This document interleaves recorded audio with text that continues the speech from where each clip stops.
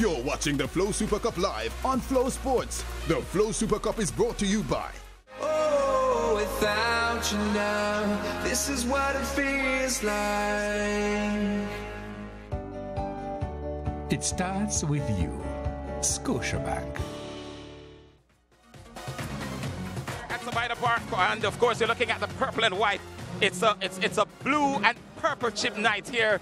It's a very cooler night than it was earlier in the afternoon when Calabar and St. Elizabeth Technical walked out onto the field. We're playing to an almost full North stand, and we're playing to a maybe three-quarter full George Headley stand. If you're looking at a white shot there now at the North stand, that's the center of the North stand, you get an idea of what I'm talking about. That is what we have on the plate tonight. If you live in Jamaica, then I need not to tell you that it doesn't get bigger than this. And for those of you watching it elsewhere in the region on Flow Sport, I tell you what, this is equal to Real Madrid against Barcelona. You're looking here at maybe Manchester United against Liverpool, the biggest showdown in England. And as you go on and on, River Plate against Boca Juniors, just go around the world. And any rivalry that you know, this one in the context of Jamaican football at the schoolboy level is right there with it. As you look at the blue, the True Blues, they call themselves the first team to win the Flow Super Cup right here at this very same venue. So they know this park very, very, very well. And those in the stands just can't wait on what is going to be served up tonight. Local time, we are 7:37 local time. And I tell you what, when we leave here tonight, whatever time we leave here tonight, we're going to be so happy, smiling, whichever way this goes, because those boys you see in full white, they normally operate in purple and white. Tonight, they are looking Real Madrid-esque in full white. Galacticos, what you want to call it? The Galacticos doesn't come from the color. It comes from the personnel. I understand, but this Kingston College team, like you mentioned, Wayne, and also JC, are two of the best schoolboy football teams you'll see in the island. Top quality players. They've played at the highest level across the country.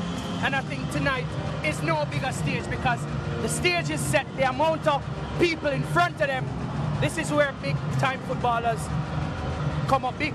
If you have knowledge of the NCAAs in the United States, then they sell shirts. The basketball teams that sell shirts, the football teams, the American football, that they sell shirts. In Jamaica, it's not the norm for high school teams to be selling shirts. These two teams sell shirts, and it is just to magnify what I'm talking about. They have legions of supporters up and down the country, and this game will be followed by maybe a bigger neutral fan than the fan base themselves. Certainly, and history that exists between these two teams are incomparable to any other teams. You mentioned the likes of Real Madrid versus Barcelona. You mentioned the likes of Manchester United versus Liverpool. You mentioned the likes of Duke University versus North Carolina. This is one of those battles that will pit two of Jamaica's top schoolboy football teams against each other. Penn State against Villanova. How could you leave that one out of it? Anyway, we're looking at the meeting party, headed, of course, by the Vice President for Marketing and Television at Flow. That's Mr. Carlo Redwood. Nico Francis from Coca-Cola. Marsha Lumley. Don't need any introduction. The former Clarendon College star girl. She's there in the blue shirt. And as we go along, we have Andre Roper is there as well. And the meeting party. Of course, nobody knows the meeting party like our producer, Mr. Brian Saint-Just. I'm sure he'll fill me in on the others. But they're meeting the JC team. And of course, Trudy and Martin, you saw her earlier. She's from Pringles, so she's there as well. And Nicole from Locker Room Sport is there as well. Yeah, so I suppose we've gotten it. Totally correct. And I deliberately overlooked that guy in the Manchester United shirt. Oh, it's not. It's not. I just see the front of the shirt. It's not a Manchester United shirt. I'm sorry. Anyway, we're going to have now the playing of the Jamaican national anthem. And for that, we're going to pause in respect of this iconic piece of music. Let's have it.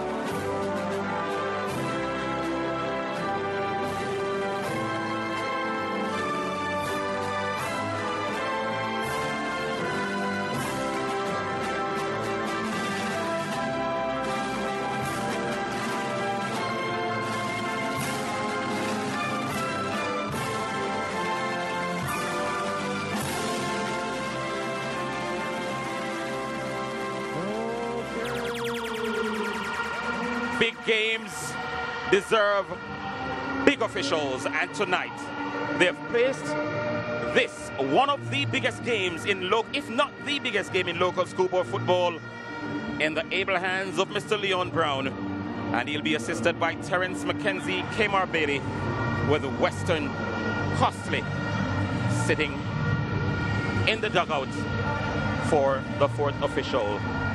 Words are not enough in this build-up. Just to confirm, in purple and white, Or all is white? that deliberate? The referees, I'm sure it's not. I'm just kidding. I'm just joking with the production staff here. So the teams are now posing for that all-important team photograph as we look at the officials now. The JC team, first winners of the Flow Super Cup under Junior Fleming's leadership. It was Miguel Coley, the man who is in charge tonight, who was sitting in that dugout.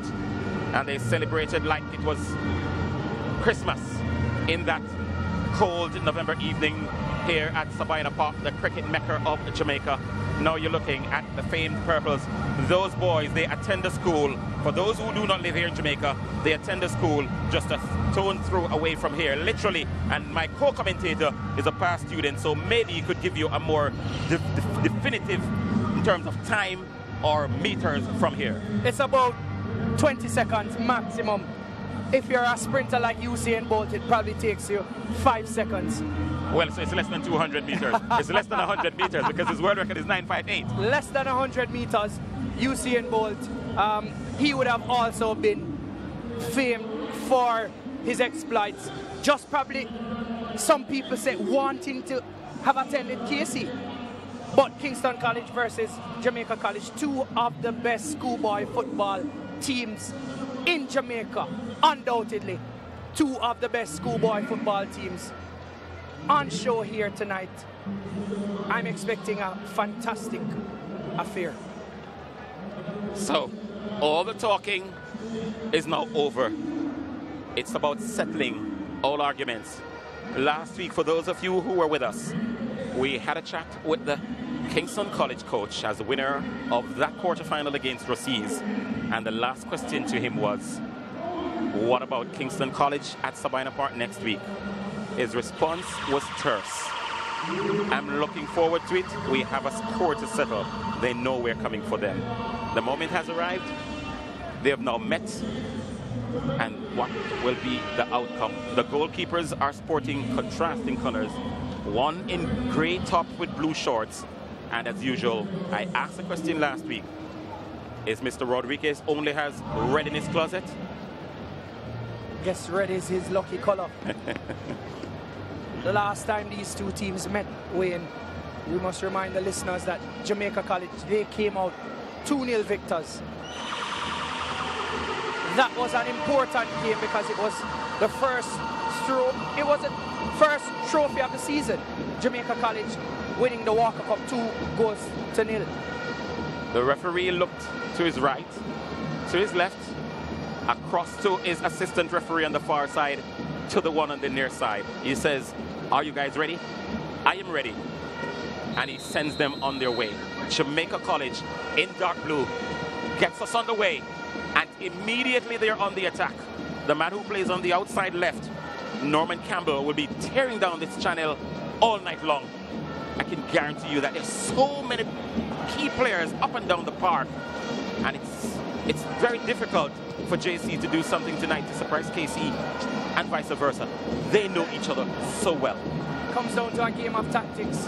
As was mentioned, these players know all too well about the tactics of each team, so let's see which one of the teams actually switch it up. And again, just a reminder, I said 2-0 earlier, it was 2-1. Yes. So the final score was 2-1 and not 2-0. You maybe were thinking about the Manning Cup game that they played. The Manning Cup game, the previous game, that was 2-0, but the final Walker Cup was 2-1. Early free kick. It's gone Jamaica College's way. And it's a calm before the storm. Sabina Park, except for that drum that we are hearing far away in the background, is quiet. It won't be like this for very long. I can guarantee you that. Just a feeling out process if you like. Kingston College, though, looking to get on the score sheet first. They're famous for scoring early in games. They're looking to do the same here. Here's a chance for them. Sean Mackison, who's wearing the captain's armband tonight. And the Jamaica College defense called upon very early in the piece, just under 2 minutes into the game, and they're called upon to make a hurried clearance from their danger area. Number 11 player, Ludlow Bernard. Ludlow Bernard, the coach of Kingston College, pensive, pacing his technical area, his equal number on the opposite end. But Kingston College, again, just sending an early message to JC that it won't be business as usual. Milton Walford, strong tackle there coming up for Norman Campbell. And that was effected there by Dwayne Atkinson. They call him Busy. I learned that last week in Mobay. Quickly taken through by Walford for JC. Campbell standing his ground as he looks for passing options. He picks out the one in the middle of the park. And that's Tajay Reynolds. Howell, the captain. Now to the talismanic player, the iconic Tyrese McGee, and the iconic in Jamaica College terms and schoolboy terms. Don't really want to blow these players out of what they are not, but at the schoolboy level, they're as big as anybody else at any other level. Perfectly so, and we see Miguel Collier, coach of Jamaica College, shouting some instructions, telling the player to run the channels and play outside. But Tyrese McGee, you mentioned iconic status. He is iconic in Jamaica College terms, and truth be told, one of the best schoolboy footballers in the last 5 years that we've seen in Jamaica. He's standing over this one. Small in stature, but he packs magnificent power. Look at that, it sails through the air. Didn't trouble Rodriguez in the KC goal, but just an indication of the kind of power that boy packs in that small frame of his. Trying to send a message to the Kingston College team and goalkeeper that he's here, he means business. The last time he played, he scored 2 goals to the good. Let's see what this time around Kingston College operating with co-captains tonight, Rashawn Mackison and Javane Brown. So if you see that both of them wearing armbands, it's because they're operating with co-captains. Brown, the regular captain. Kingston College has impressed so many people up and down the country with their sumptuous football. And they get a surface like this to play on, expect them to touch the heights tonight. JC can match or even at times surpass them. Long floating ball to Atkinson. And the early warning shots there fired by Fabian Grant. Interesting ball sprayed across Dwayne Atkinson on that right hand side. He will enjoy a lot of space. A very quick player. And Fabian Grant employed in an attacking role, especially in this portion of the season. So clearly Ludlow Bernard switching things up a bit, similar to what he did last weekend. He's employing the same tactic. Had a chat with Miguel Coley on Tuesday night, and I tell you, this man, he eats and sleeps football. He was able to tell me everything that Kingston College did in their game against Rossies. Here they come, Kingston College, right on top of the edge of the area. Atkinson looking for a shot, he gets it off. And the goalkeeper, Kari Williams, equal to the task in the JC goal. Again, sharing of the football by Kingston College. Probably a shot could have been taken at the top of the 18-yard where Horace Ramsey had that one, but because he's a left footer, he opted for the pass. Again, a shot on target by Atkinson on this right-hand side. Here's Ramsey. Ambitious. Maybe too ambitious. Players wanting to get their feet in the game. A confident and comfortable youngster, Ramsey, can kick that with his left boot, similar to what Tyrese McGee can do. He's also an equally strong player with his left boot. Tajay Reynolds, the number 6 for Jamaica College, just circling the little area, that little pocket there, as they try to work the ball out. These two teams don't know what it means to kick the football out. They're married to their passing game and will not divorce. Ball given away. Ramsey. Reed. Small frame player as well. He's taking a knock there. Free kick one just in front of the referee. Tajay Reynolds just breaking up play. He's employed in that position to ensure whatever plays are broken up. The number 11 player coming across So Ramsey and Reed standing over it. Reed has walked away. Well, it was Antonell Mullins. Antonell Mullins who was standing over it, or it is Kasim Priestley. The shot taken eventually though by Ramsey.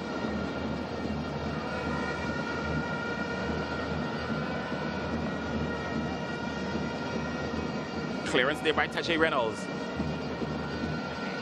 Throw into Jamaica College over on the far side. Again, both teams just feeling out each other. Kingston College would have probably had the better possession, camping out a little bit in JC's half. But JC responding well, doing what they're expected to do, just playing the football around and not withering to whatever pressure Kingston College is offering. Norman Campbell looking to get on his bike, but the competent Javane Brown leaves it for goalkeeper Rodriguez, who advanced long before the ball got to the 18-yard area. And it tells you about the confidence that these players have in each other. Grant out-jumped on that occasion by Delverone Simpson.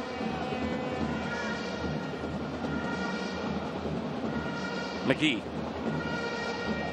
He was left to roam in that Walker Cup final. And the KC fans were very upset. Here's a long-range effort there from a man who knows how to kick that football. And Fabian Grant scored just firing shots at will. Kingston College just moving the ball around and trying to dissect the defense of Jamaica College. Games like these fly by quickly. Just to tell you, if you're joining us for the first time, St. Elizabeth Technical trailed by 2-0 in normal time. They came back to level things up at 2-2, then went on to beat Calabar on penalties, sudden death penalties at that. And they're into the final for the first time, St. Elizabeth Technical. Here's McGee. He was anticipating a free kick one here, and he was anticipating that charge, almost, if you want to call it that, from Antonell Mullins. He looked around when he was about to lay foot on ball, and he spotted Mullins, and he almost just stood his ground and allowed Mullins to run into his back. An intelligent player, Tyree McGee, understanding where he is. His awareness on the football is impeccable, and again just winning his team a free kick, which they gave away possession, but Kingston College now gives back possession to Jamaica College.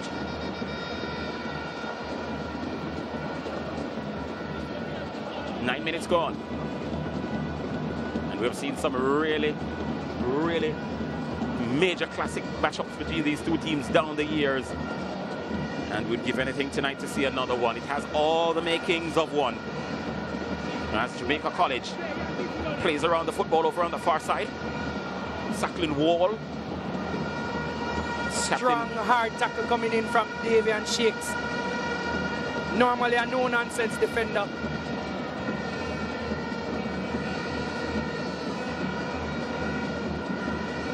It's KC's throw over on the far side. As is customary way, most of the attacks goes down that right-hand channel for Jamaica College. Their captain Malik Howell and Tyree McGee is deployed in that area. Campbell in the center. High standard of kicking.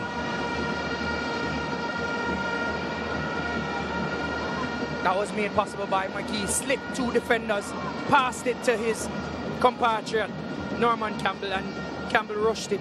Was given enough space and time. Could have taken another dribble, but opted for the shot. He wanted to catch Rodriguez out of goal. So Javane Brown, the captain, wearing a bit of kinesia tape on his right thigh. Good control by McGee. Give and go. No, that give and go wasn't completed. And Kingston College looking to take advantage of it. Atkinson dipping one way, then the next. Trying to work in tandem with Ramsey. A slip in the Jamaica College area. KC unable to take advantage. Fabian Grant arriving there. And then Priestley testing his range. Every single player from Kingston College, midfield or otherwise, they're now testing goalkeeper Carey Williams in goal for Jamaica College, because they understand that if they don't kick, they won't score. And it seems to me that the intention of KC is to get on the score sheet pretty early. Or maybe they watched the howler against Dintil in Mobay last week and figured that he's suspect. Ball kept in skillfully by the Kingston College defense. Dribble away out of that little danger area. Reed unable to keep the ball in. He got a start last week and was substituted deep in the second half after KC had the game wrapped up. Can they afford that tonight? Or are they going to need him on the park? Because they're playing a higher, much higher quality opposition tonight. Walford, just below our commentary point. Shanil Thomas, who missed a number of good goal-scoring opportunities in Mobay last week. And the number 17, looking to make amends tonight. Looking a bit busy and sprightly as well. This is Campbell coming deep to pick it up.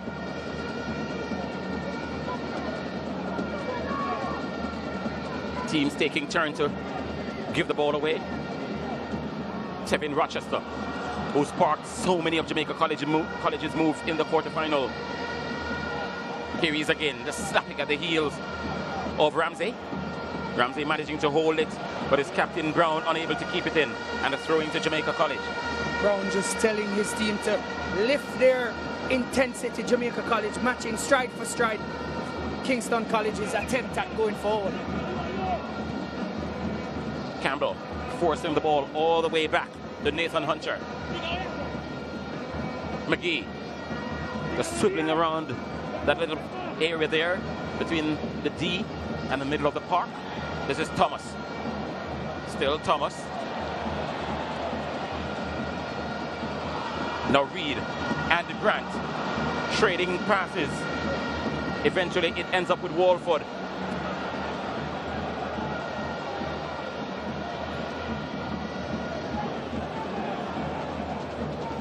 The game is now getting a bit tasty as the teams settle into patterns and now starting to trade attacks.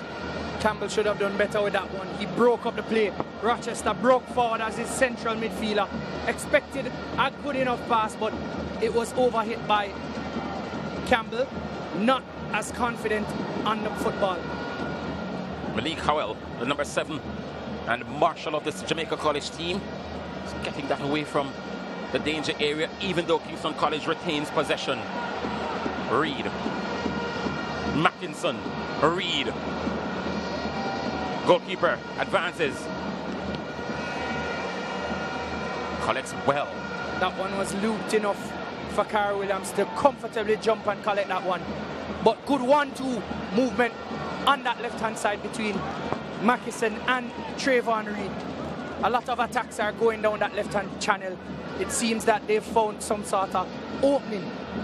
But JC is sticking to the task, defending well, making sure that this is a measured game. Fervet opus in Campis. Work is burning in the field, the motto for the Dark Blues. And for Kingston College, possibly the most famous motto in the country. Even if you're not a KC old boy or current student, you know it. Fortis cadere cedere non potest. The brave may fall, but never yield. Thomas to Rochester. Looking for McGee. Didn't quite get to McGee because McGee is heavily policed over on the far side by Antonel Mullins. Does seem as if Mullins has the marking job on McGee. Mackison is really yet to get into this game. Normally it doesn't take him this long. But perhaps the import of the moment. Campbell. Rochester.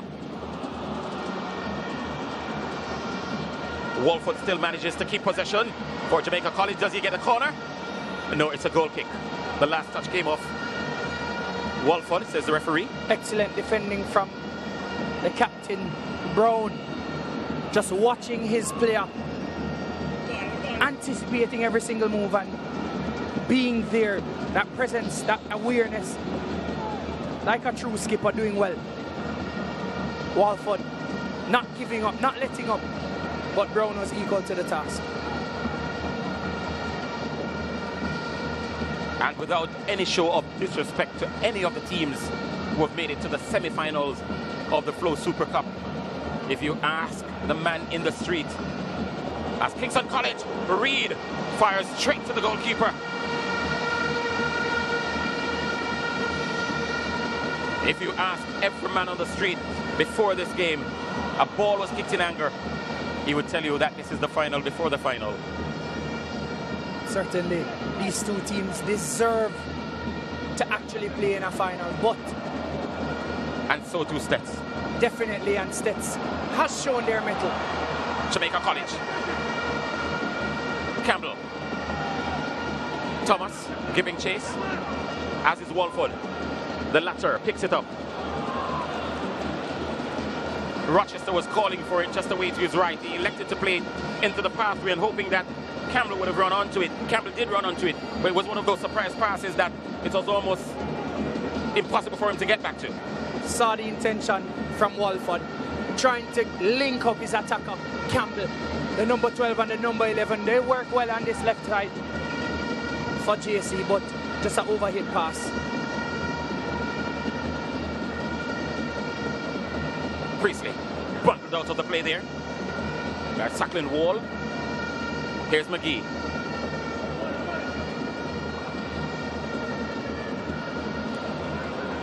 Captain Howell plays in Thomas. Over on the far side, heavily policed here. Brilliant feat to get away from his marker. And a free kick won by Jamaica College. Wonderfully done there by Shadil Thomas. Excellent piece of skill, dismissing his marker Shakes, but cleared up by the number 12, Anthony Mullins, on that left-hand side. But it's actually a corner. Thought it was a free kick because Thomas was kicked over in that little area there. Actually a throw. In fact, let's just go with what we see now. It's now a throw. But how did that result? It's a throw because the ball went that side. Again, we're from a very far vantage point. Yeah, but the ball went that. I saw when the ball went behind. Well, let's get back to the live action. This is Walford.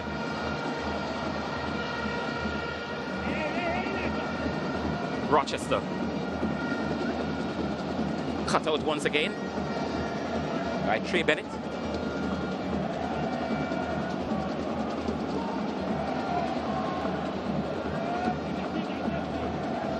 Rochester, very strong and powerful player.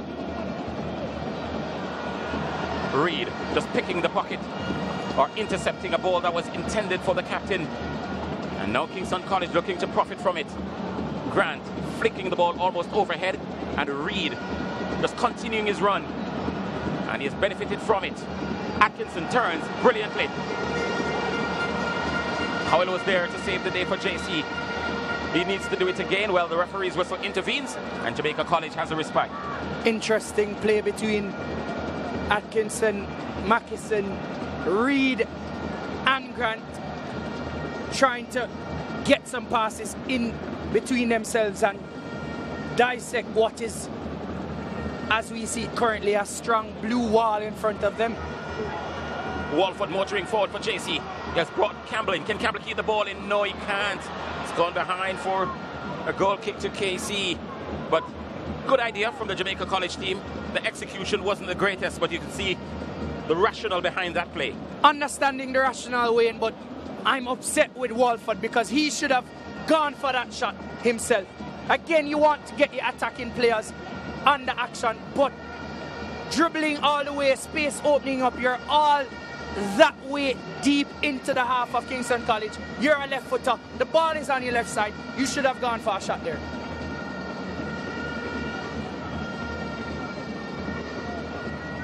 Atkinson in a tussle here with Walford.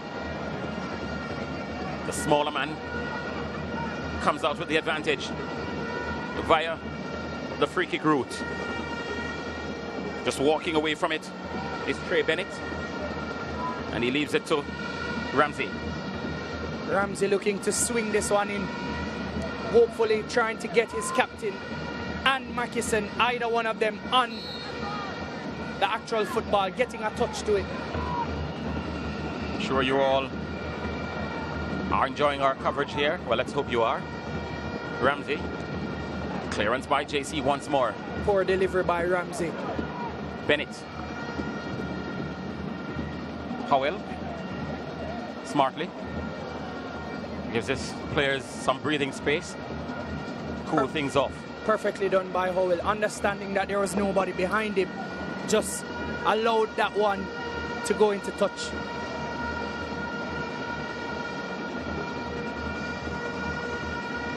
Rochester has gone deep for it. McGee has been hugely quiet in this game, and the secret is now out. Antonell Mullings has the marking job on him. Until McGee moves from that part of the pitch, then Mullings will always seem to be in that zone, marking him. Mackison was playing? Yes, he was. He is. It's been very quiet for the 20 minutes we've played so far, the 22 minutes we've played so far. Wall of the Sakhalin variety. Intelligent play there from Javane Brown, the captain, on the night co-captain. Grant. A clash of the sixes. Tajay Reynolds from JC. Spreading it wide to his captain, Malik Howell. Now McGee. Wall. Rochester. JC looking menacing as they skip around the Kingston College danger area, if you like. Thomas tried that play once before, didn't come off.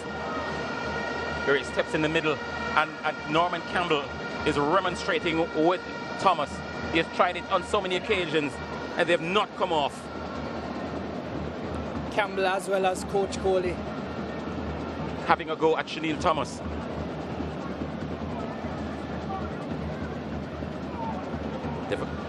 Delverone Simpson with that firm, aggressive header. McGee skips away from one, trying to skip away from Grant. The referee says no, play on, continue. Nothing's wrong with that play according to the referee. They do it again, JC. Howell. Here he is again. Tyreek McGee. Campbell is the target. Trey Bennett cut that one out. Mackinson.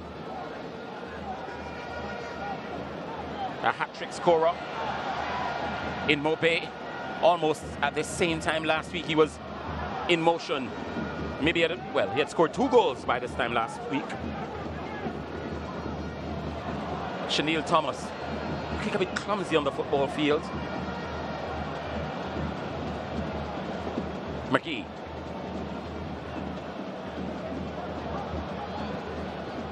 Rochester skips to the middle of the park and looks for Captain Howell. He finds him beautifully. Right onto him was Reed, but Howell slips. Not so sure if it rained earlier today, but we've seen 1 or 2 of the players slipping over on that little side of the field there.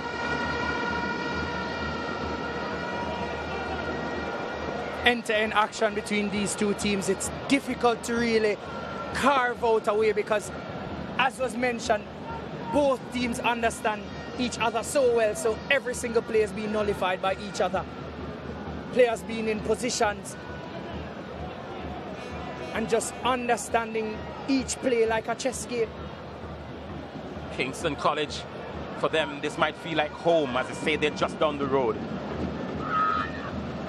A good 200-meter sprint and you're at the school.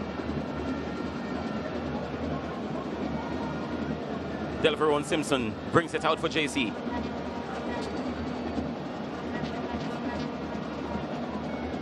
McGee now looking to play the role of passer-in-chief.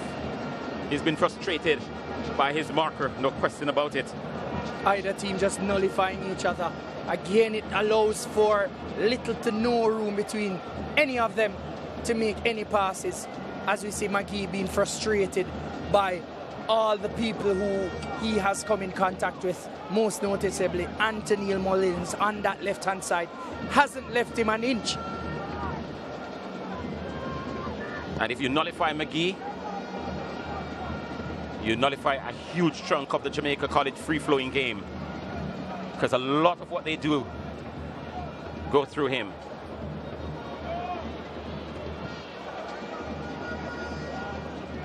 Simpson with another strong tackle.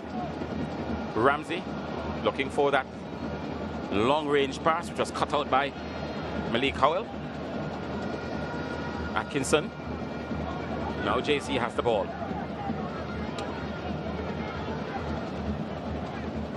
Thomas kicked over in front of the referee once more.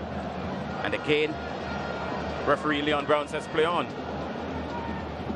He's probably thinking that Thomas is playing too slight as a centre forward, as is the coach of Jamaica College, Miguel Coley. McGee.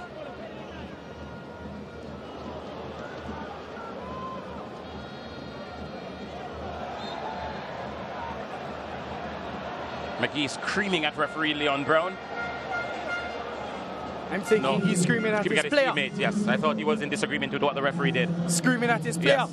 A little trigger by his opposite number, Trayvon Reed, on that side, showing him that I can do that too, McGee. Yes. Hard clearance there by Brown. He didn't see Thomas coming.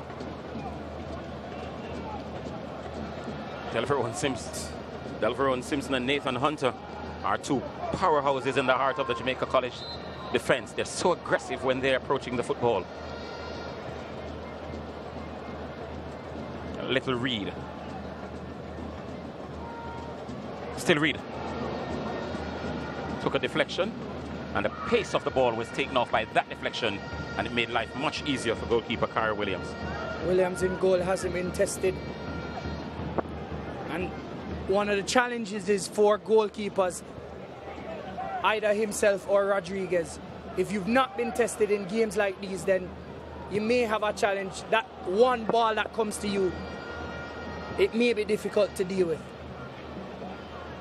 And because we broadcast to such a wide audience and out of country, we just like to put things in perspective for those who are not here. It's a strong possibility, Owen, as you already know, that these two teams could meet yet again in another crucial final. Fourth time around, possibly. This is the third time, and there may be a possibility that can meet a fourth time. They have split the first two meetings. The winner tonight will take the lead again. Kyra Williams. We're approaching the half-hour mark in this game already. It was just a short time ago I watched Jamaica College warming up over on the far side and Kingston College just making their way into the venue. All of a sudden, we have played 30 minutes almost in this game. Mackison needs to come alive. So the key men in this game have been kept relatively quiet. Messrs. McGee and Mackison. Here's McGee, right on cue. Twisting and turning. Mullins right beside him, sticking to him like white to rice. Here's Grant. Holding up the ball, making sure he picks out the right pass. Has he done so with Reed? Reed picks out Atkinson. Teeing it up for Grant. Players slipping all over the park. There you go again.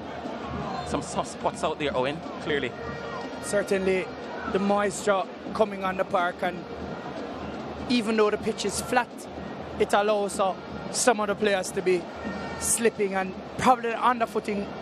The conditions, the type of footwear that they're in may not necessarily be the most conducive to this type of football park. But nonetheless, it's a good one. As you can see, a slide challenge coming in from the number 8 player, Tevin Rochester. And you're not in our picture, but I can tell you, Miguel Coley had an almighty go at Sacklin Wall. He gave him a heavy mouthing a while ago. Telling his team to pretty much wake up. He's been telling them that.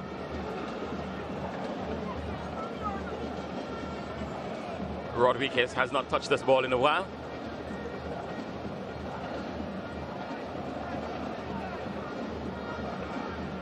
Here's Reed. Looking to kickstart this latest KC foray into the JC area. And Captain Howell standing in the way. Strong defensive work from Rochester, just doing what he needs to do. McGee. Getting some help here from Taji Reynolds. McGee, nowhere to go. Everywhere he looks, in close proximity, they're white shirts. And because of that, the ball was given away. He was forced into that error. The Kingston College players, so far, they have him worked out. Ramsey. Grant. He packs a powerful kick in that right foot of his. Charged down there on that occasion by Nathan Hunter. Tried to go for the curler instead, but was watched all the way and blocked. Again, each team just nullifying each other.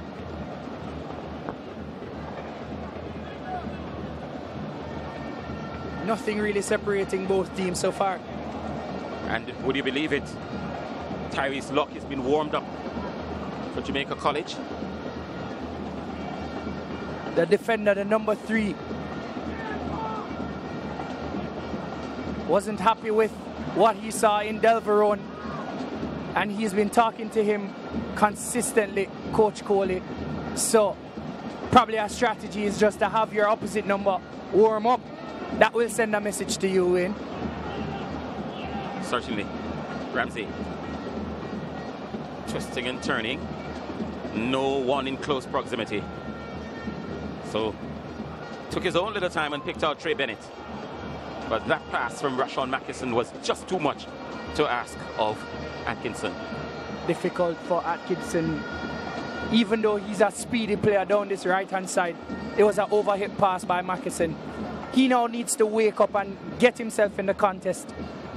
Haven't seen much of him for 33 minutes, but we understand that he's a big-time footballer, and generally in these games, as we saw with Demar James, they pop up when it matters most. Jamaica College shading the possession. 52% to 48. Here's Kingston College. Grant on top of the area, twisting. A chance for KC to take the lead. And they do! Fabian Grant! Finally! The Purples from North Street are celebrating over on the far side. Make no mistake, they're wearing full white tonight, but they're just as deadly. They lead by a goal to nil in minute 35. Fabian Grant rewarding Coach Bernard for a starting spot. He hasn't been playing the typical football that we're accustomed to seeing him play, but tonight he has come up plumps, turning his defender and slotting home brilliantly with his left boot, doing what he's supposed to do. Again in that position, we spoke of Mackison and how important he is. That pass essentially broke the entire defense free. Just one touch, and again Fabian Grant with his composure ensure that Kingston College is now 1-0 up.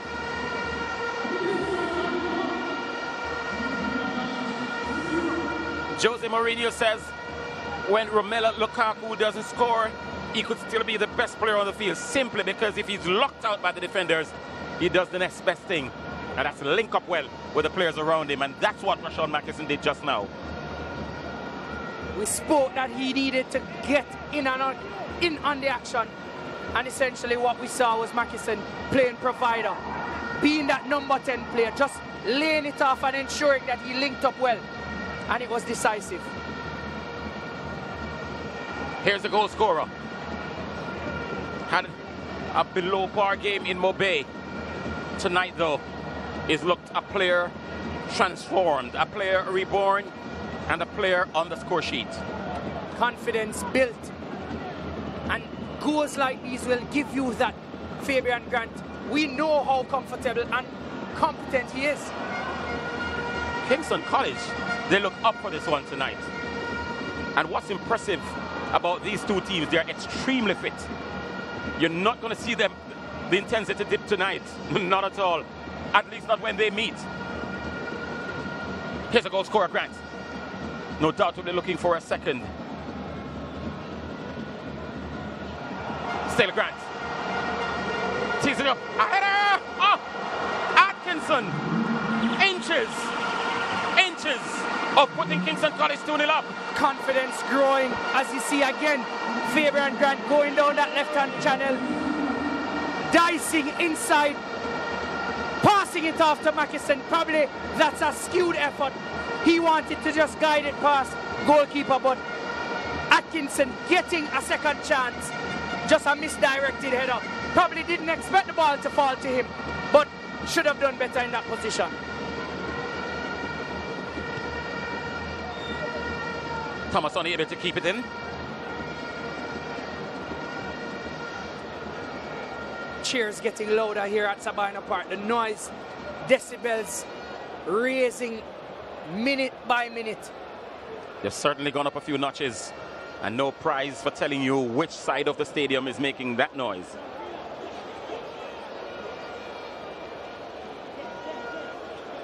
Kingston College, they were huffing and puffing eventually. The house was ripped apart, and it was ripped apart by one Fabian Grant. He knows how to score against Jamaica College. The Walker Cup final last year, he provided a peach of a goal. And tonight at Sabina Park, not as impressive in terms of the quality of the goal, but I suppose they worked the same in gold.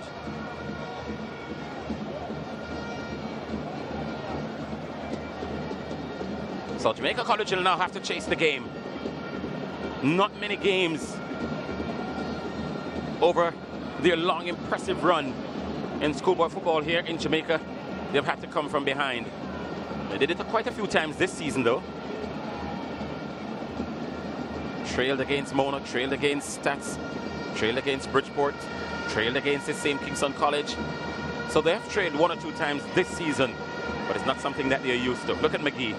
Down but not out, Wayne. He cuts a frustrated figure. Excellent defending by Anthony Mullins on that far left-hand side, putting in a very good shift. The custodian, that left-footed player. And Gene his team up, understanding as well that this may possibly be the biggest game of his career.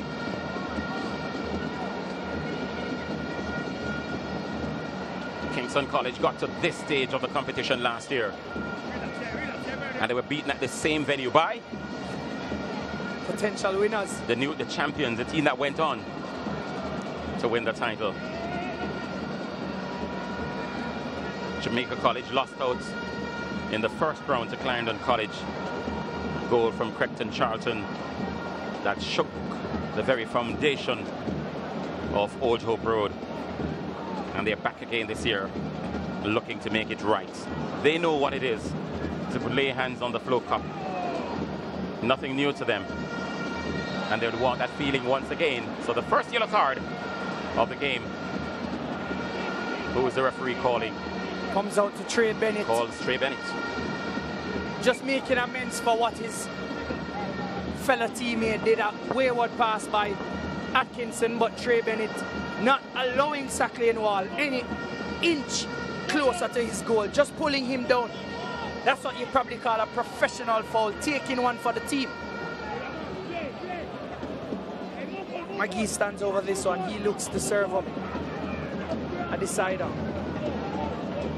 4 Jamaica College, 5 Jamaica College players just on the line, the 18-yard area. The Kingston College defenders pulling them out. Now they all disperse, and the KC crowd is booing Tyreek McGee. He is the box office player in Manning Cup football, let's put it there. Heights of frustration.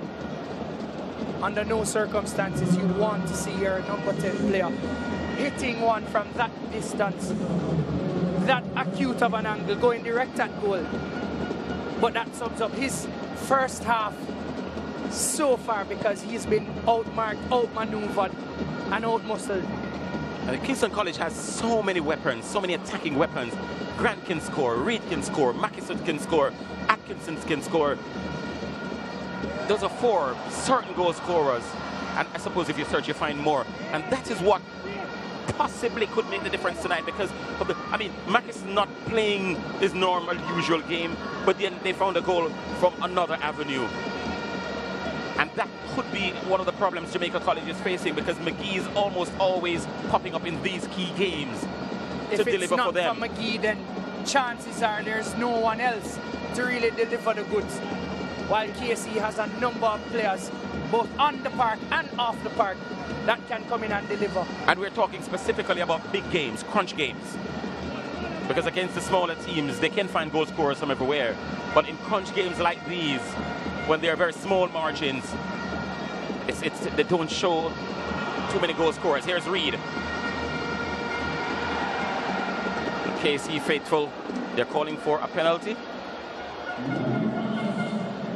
They were never going to get that one. Not today, not tomorrow.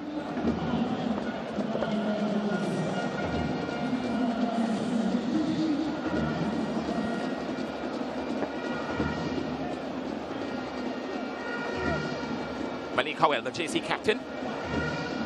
We're just about 2 minutes away, 2.5 minutes away, plus added time from half-time.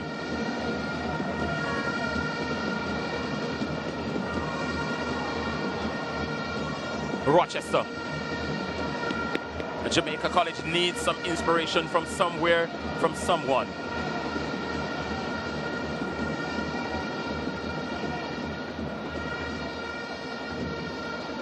Kingston College.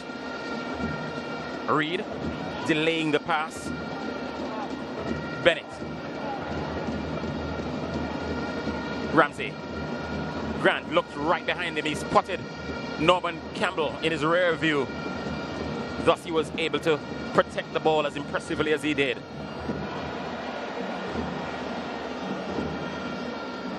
Campbell now operating on the right. So Miguel Coley has shaken things up. He's asked clearly Sacklin Wall to be operating here on the left side, and he's throwing Norman Campbell over on the far side.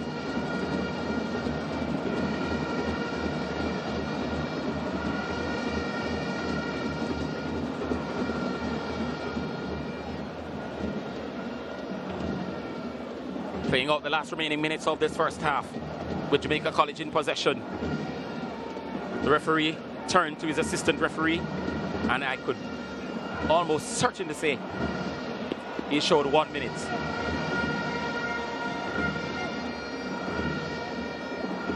Ramsey. We're not yet in that minute. We're still in normal first half time. Kingston College just spraying the passes around, just ensuring that they wear this JC team all the way down to the final minute. Mackesson offside. Flag went up almost immediately the ball was played.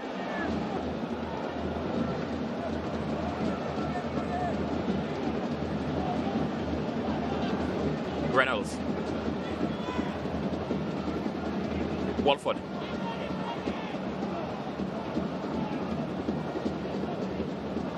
Simpson. Hunter. Rochester takes it up. They inch closer to the KC area. McGee, a forgettable first half for him. Does he have one last bit of magic in this half? No.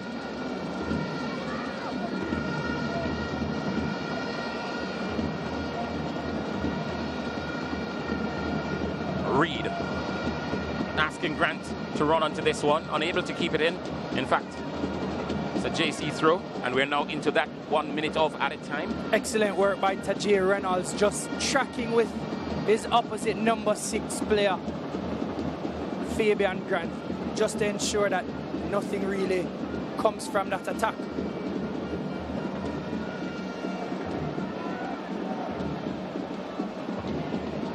Maybe the last real opportunity to go forward for Jamaica College, possibly for either team in this half. No, the Kingston College player just looking to see if he kept it in, and he did. And that's the man who did the wonderful marking job on McGee so far in this game, Anthony Mullings. The whistle will come anytime now. The whistle has come, and the referee Leon Brown says, I've seen enough of the first 45 minutes, or 45 minutes in which Kingston College will go back to their dressing room, deserved leaders of this game. Trayvon Reed played a very, very good game so far in the first 45 minutes for Kingston College. And they're happy about life at the moment. In the meantime, Tariq McGee has gone over to the officials. Not sure what his complaint is about. Not sure if he's in his right to do so. I suppose whatever his complaints, he would have to make it to his captain, and then the captain go across to have a chat with the referee.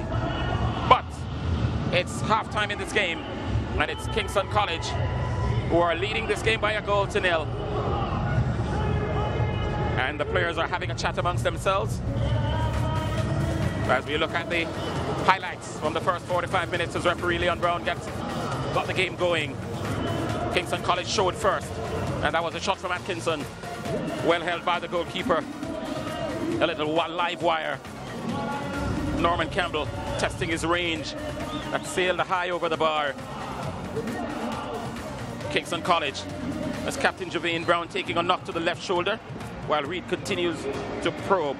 Here's Grant twisting and turning, and finally finding the Jamaica College cage. The difference so far between the teams tonight, and those are the happy supporters wearing purple and white, and those in multicolored amongst them, as Grant produced a celebration to match. His teammates joining him, and he went for a second. Kingston College coming perilously close there.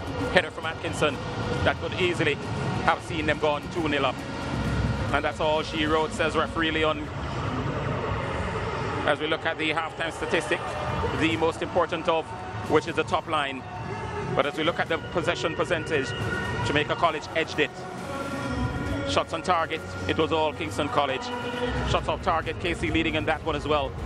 And there were 13 fouls in total. Kingston College judged to be the more aggressive, and the only yellow card on the night has gone to Antonell Mullins. So, that's that for the first half of the second semi-final. They're playing to face St. Elizabeth Technical in the Flow Super Cup final. So we're going to go for a break. When we come back, we'll continue our look back at the first 45 minutes in semi-final 2. You're watching the Flow Super Cup live on Flow Sports. The Flow Super Cup is brought to you by... Enjoy.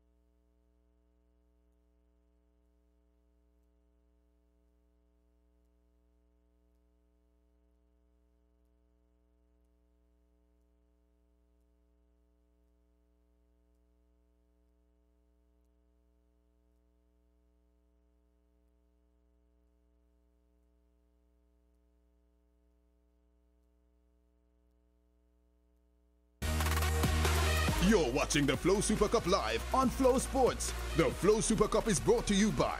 Oh, without you now, this is what it feels like. Alrighty then, thank you very much. And there's a cutaway of the crowd. It is a bumper crowd here at Sabina Park. And as you see the scoreline there, Kingston College leading by 1-0. The second half shall be even more exciting. But right now with us we have Michaela Francis, brand marketing manager of Coca-Cola Brands. Good to have you. Thanks for having me, Orville. All right, great. Now, I suppose the first question I'm asking is, how are you enjoying the whole atmosphere? Boy, nerves and excitement turned up. Lots of vibe down here. Certainly is. Why has Coca-Cola decided to partner with the Flow Super Cup? Well, Coca-Cola has been committed to sports for many, many years. In fact, particularly football. You know, we have major partnerships with the FIFA. And we have sponsored so many programs and so many teams globally. And of course, Jamaica is no different, you know. Right. Being able to participate in this way with Flow Super Cup means everything to us. All right, what is it that the fans of Coca-Cola can expect at these games? Well, we have lots happening here. Well, we have the Coca-Cola Score a Goal competition where if you go on field halftime and you participate, once you score that goal, you have the chance to win a really cool Coca-Cola Bluetooth headphones. Okay, courtesy of us, of course. All right, the big final is next week. What are there any special plans for Coca-Cola and the many people who consume your product for the big finale? Certainly. So as the presenting partners for Flow Super Cup this year, Coca-Cola is not only about football, but we're about Christmas, and we believe in sharing and exciting our fans and engaging them in a very special way. As we close out the Super Cup season, we welcome the Christmas season, so we're inviting fans to come out and look out for us. We can't tell you all that we have in store, but we will be making the season very bright for everyone. Indeed. I'm going to ask you the last question. Kingston College is leading by 1-0. Tell me if Kingston College or JC will win. I know you might tell me that you're not that big into football, but sometimes beginner's intuition is key. So KC or JC? Oh boy, Orville, you know, as a Coca-Cola brand marketing person, I really can't say. I think the better team will win. All right, good. All right, thank you very much, Michaela Francis, brand manager at Coca-Cola. Good to have you as part of our show. Thanks for having me as well. All right, well, lots and lots of things happening here. There you see Miguel Coley having the last-minute pep talk with his team. Coley as studious as ever, and the Jamaica College team looking fairly pensive. And there is a shot of the crowd there, people relaxing for what should turn out to be a very, very exciting second half. It has been as interesting a football game as we've had all season. I'll tell you something, Owen Hill, who slips into the analyst chair. We sometimes take what these schoolboys are doing for granted. I'm looking at the game and I'm saying this is a high quality football game, but the Stets has already made their way to the final. Take us through which of the two teams are likely to get there. What have they done so far? Well, based on what we've seen, Calabar, they would have been playing high quality football like you mentioned. They got by Clarendon College, but then they met up into St. Elizabeth Technical, who got the better of Stats. Stets got the better of Calabar today, but then we look at the goal. Yes. Brilliant work by Fabian Grant, being employed in a false number 9 role.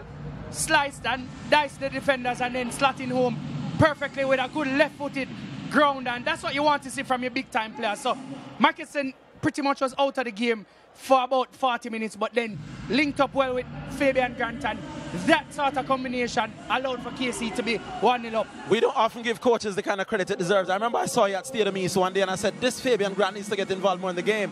And then on our right to Mabe, for last week, you said, don't be surprised if he goes up front. Looks like you're a prophet. He certainly played up front when I didn't think that maybe that would be the ideal role for him. But congrats to Coach Bernard. He put him up front and he has certainly made it count. Strategically, Coach Bernard must be given all the props because he understands that Miguel Coley is also a tactician, because what JC did was to nullify a lot of the attacks provided by KC. So instead of having Markison all the way up top by himself, isolated, he now employed Fabian Grant in that false 9 role and linking up with Mackison. I think it would work perfectly well with the 2 wide players, Reed and Atkinson, chipping in ever so often, and I think it's causing a lot of problems for GSC and their defensive setup. Jamaica College will come back. There's no way that they are not going to be formulating plans, even as we speak, to come back from this 1-0 lead at halftime. What exactly do you expect from Coley? And I suppose what is it that you also expect from Ludlow Bernard and Casey? Well, as you said, Miguel Coley is a tactician, so I mean, even in the halftime break, he had his clipboard looking at it and pretty much pointing out strategies to his team. What he has been doing is employing 2 wide players and a central striker. Shaniel Thomas hasn't been delivering the goods, so he's now switching him out. McGee hasn't had the best of games so far, so I think more players will be designed around McGee. Now, moving out from this right-hand position and being employed in a free role, getting that range to go all over the football park and do what he does best. He's a magician with the ball at his feet, and that's exactly what the players are going to be designed around. So if you're Ludlow Bernard, you should be thinking, how can I ensure that I get a second goal in order to solidify what I have, because JC will be coming out for the next 20 minutes very, very hard. As you can see in the camp, right. A lot of frustration and complaining between a very animated McGee, who was seen talking to the referees at halftime. You don't often see a player while the halftime whistle goes and he's walking over the officials, having a word or two with the officials. But I like to see that. It means that they are highly passionate about this. But maybe Coley just probably need to calm them down a little bit. But I certainly like what I'm seeing. Fired up, definitely. Yes. And that's what you want to see from schoolboys, especially when you represent either Kingston College or Jamaica College. When you play these games, it means more than just to you. For the entire fans here, they're here to support. So I think Maggie is fired up for that. He wants to play well, but he's heavily policed, marked defensively by the entire left side of the defense for KC. So he wants to break free and obviously wants to have that game that he's there he is complaining again. Wonder what this could be about. It seems like there's some internal squabble between himself and Rochester. Rochester is normally the link-up player in the middle of the park for JC, but Maggie hasn't been getting any of these balls, so obviously it's going to be a difficulty for him, and he's complaining. He's complaining bitterly, and you see Ian Forbes getting involved. We're not seeing Coach Miguel Coley at the moment, so I wonder what the talismanic Maggie could be so unhappy about. Doesn't seem to be too happy with everybody, including the coach. Maybe I'm reading too much into it, but he certainly needs to calm down. He's the JC top player, and you wouldn't want him to go back into the second half in that kind of mood. Well, that's what happened, Orville. When you tend to play big games and you're being marked out, then obviously you're going to get frustrated. We saw a little bit of frustration in Mackison early on, but he just fell back and got more mature in his game and then linked up the players. So obviously it's working for KC. JC now needs to sort themselves out. All right, so it's 1-0. Kingston College leads at halftime. We're about to start the second half. And without further ado, we throw upstairs to Wayne Walker, and Owen Hill will join him pretty soon. So, the second half is on its way. The officials converge in the middle of the park, and they're getting ready to get this thing going once more. So, the Jamaica College team, recrimination, and they're having a big chat about what happened in the first half, and I'm sure by the time they get back into the flow, things will be okay, or so they hope.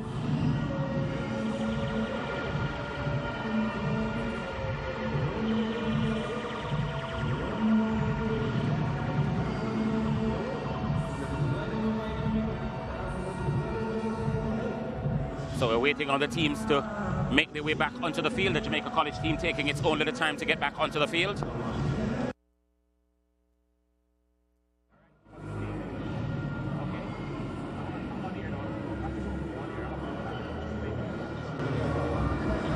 The referee, Leon Brown, just making sure that he's got everything under control. And the Kingston College will get us on the way. Ramsey and Mackison standing over the ball.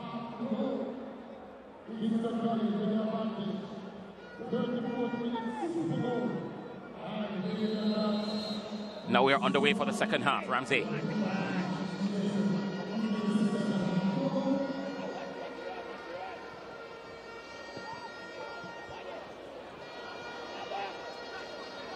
There's Reed.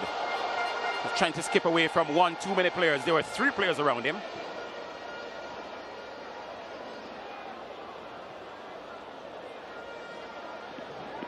And shortly, Jamaica College will be taking off Sacklin Wall. And Gavin Thorpe, who scored in Mobile last week, will have an opportunity to have a go at it. So the change will be effected anytime now. And the coach, Miguel Coley, was not happy with Sacklin Wall from in the first half. And he has decided to give last week's goal scorer, Gavin Thorpe, an opportunity to see if he could bring JC back into this game. Owen Hill has rejoined us in the commentary position.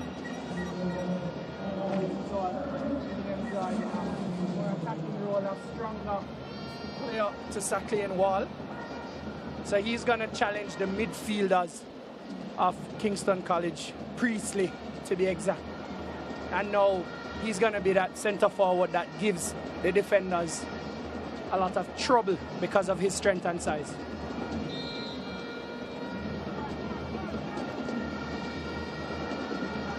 Bit of ice being applied to the back of the head of one of the KC players. It looks like Trayvon Reed. Went down from a heavy challenge.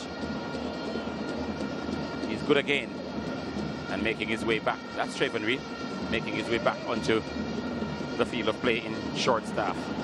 In the meantime, his team, Kingston College, goes on another of its attacking movement. This is the goal scorer, the man who has provided the pivotal moments in this game, Fabian Grant. Many people were expecting him to be a top man for KC this season, and so far is building into a nice season, a national player as well.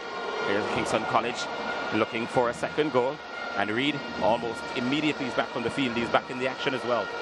Brilliant cross from the number 12 player, Anthony Mullins, just whipping that one, linking up with Trayvon Reed down this left-hand side, but again, just nobody on the end of it. Atkinson really wasn't a direct shot on goal. It just fell to him and he just put his body in it. Here's the captain, Malik Howell. Normal service has resumed. Antonel Mullins, he has a specific job tonight. Heavy policing. And is he doing it well? No, he's not. He's doing it excellently.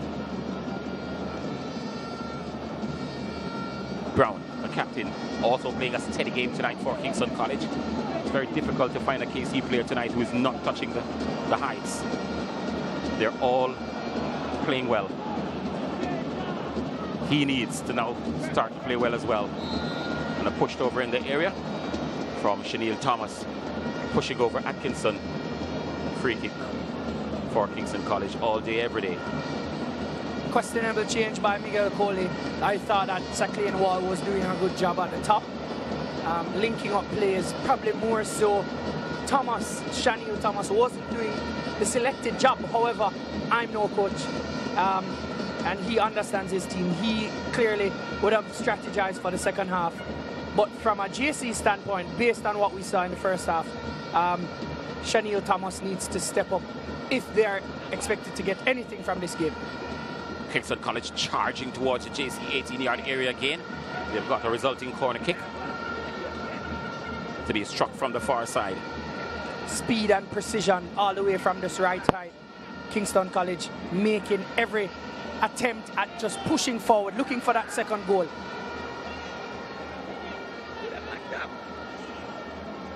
The white shirts are dominating the 18-yard area. Well, not quite. The blue shirts are back in numbers as well. A chance. Oh! It's in the back of the net. And Kingston College have gone further ahead. That second goal, a whipped-in cross from Horace Ramsey. Got a slight touch, but fell in the back of the net and clearly none of the players owning, but it's between Priestley and Ramsey as this replay show. That slight touch whipped in, well delivered, comfortably. Oh, it's actually a touch off the JC defender. Walford, the number 12 player. And his team is now down 2-0. Will it go down as an own goal?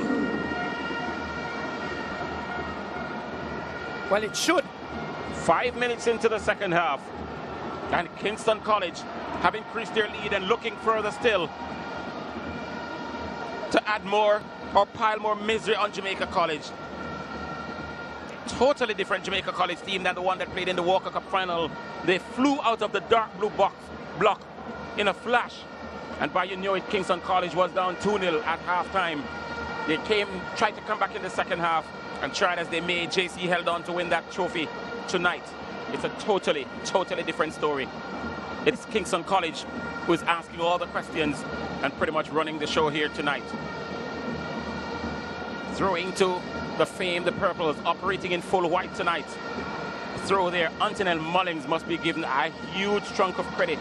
Tonight he has kept schoolboy football's most tricky player and probably most influential player in terms of his impact on teams quiet, literally quiet, having them cursing amongst themselves well into the halftime break and even at the resumption. Here's Norman Campbell trying to spark the JC team into life. It's going to need a lot more than that. They're trailing by 2-0, and their chances of finding a spot in the final of the Flow Super Cup is withering away by the seconds. Still though, lots of football still to be played. Here's Mullings. Top job tonight. And for once, he leaves McGee. Let's see what McGee will do. Campbell. This is Thomas. He needs to give Jamaica College a big game. Gives the ball away again. Davian Shakes. Robbed in the middle of the park. Kingston College stream menacingly forward. Lots of space in front of Reed.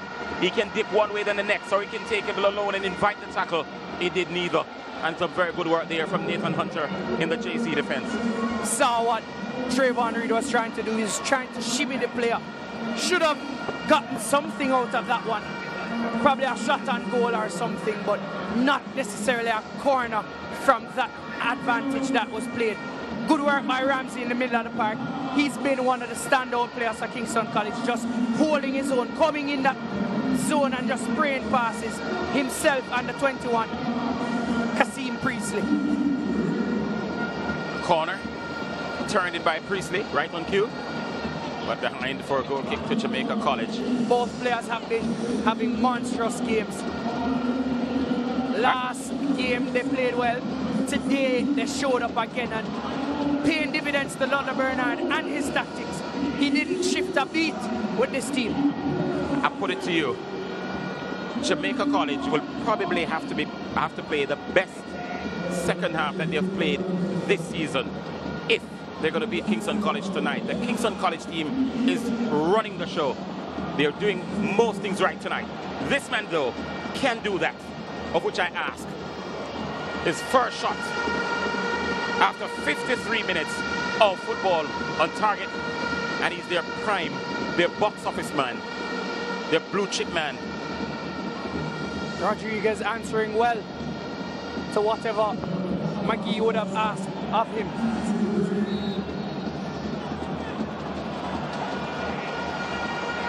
Dangerous way to concede a free kick. And it puts into perspective what we've been talking about this Jamaica College and the lackluster way they are going about business tonight. The free kick was won and they just turned with heads down in the ground. No urgency, no running back to try to prepare for it. Talk about Ramsey and his strength from dead ball situation. Normally when he gets these, he's a free kick specialist. Excellent player. This is right within Horace Ramsey's range. And he stands menacingly behind it. The referee just telling the Jamaica College players stand 10 yards away. Don't worry about it. The kick will not be taken until I use my whistle. Now Ramsey steps up. He gets it over the wall. But unfortunately for him, over the bar as well. Got it over the wall, couldn't get it under the bar. Did well to get it up and over, but just didn't dip in time.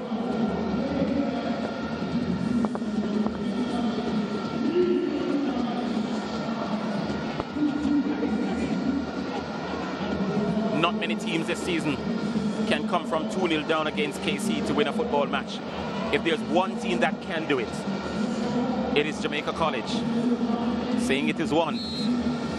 They just have to do it. We saw 2-0 come back earlier this afternoon between Stets and Calabar. Does JC have the necessary firepower? Does JC have the skill sets? Does JC have the will? This may be a rhetorical question, Owen, but do you think the JC performance we're seeing tonight comes down to one man, Antonel Mullings? Certainly comes down to him. I think he has had a masterful game on this left side. He has kept the main man at bay. Mackinson, he has been quiet as well. He lets fly under pressure. Still didn't settle himself to get a full-fledged shot on goal. But that in itself sums up the kind of night he's having as well. Anything he gets a chance to shoot at, he will, because he's been having an awful night tonight, Rashawn Mackinson. Yes, he provided the pass that led to the goal, but outside of that, precious little from him tonight. Again, not the type of performance he's accustomed to having or seeing himself have, but he hopefully, from a coach's standpoint, will understand his importance in the contest and gets his head in the game, because he's an important figure in this Kingston College team. They need to understand as well that JC won't let up, and one goal will get them back in the contest. Campbell won't beat Rodriguez with that one. Low grounder, tried to go to the left of the goalkeeper, but it was a miscued effort. Good intention, pass played out by McGee. He's the deciding factor in this JC team. Whenever he plays well, the team plays well. Whenever he plays off, the team is off. And tonight, so far, 57 minutes plus, he's been off. Nothing going JC's way tonight. Gavin Thorpe on that occasion looking for a free kick. The referee says play on. And Kingston College takes the ball and move forward. Reed using Mullings as a decoy to cut in the middle. And suddenly, the Kingston College players are just stroking the ball around. They're leading by 2-0. We're approaching the hour mark. And the clock is not JC's friend at the moment. The harder it gets, the more the minutes tick away. Rochester unable to keep that one in.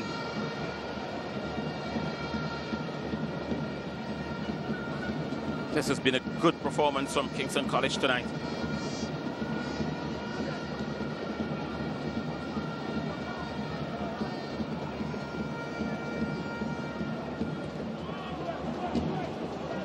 Ball going high into the night sky. Delverone Simpson.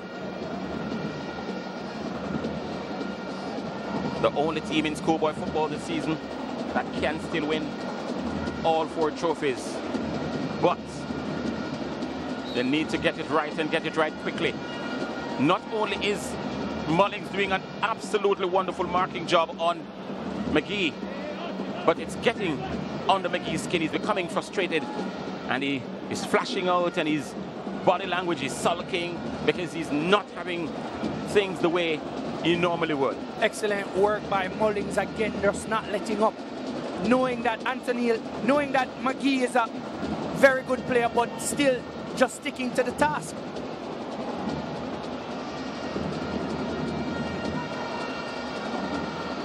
Here's Kingston College again, almost always on the football. Reed, can he keep this one in? No, can't. Intentional by Ramsey, just taking some weight from that pass and hoping that he would have connected with his wingman. JC charging down the channel. Campbell crowded out by the KC defense.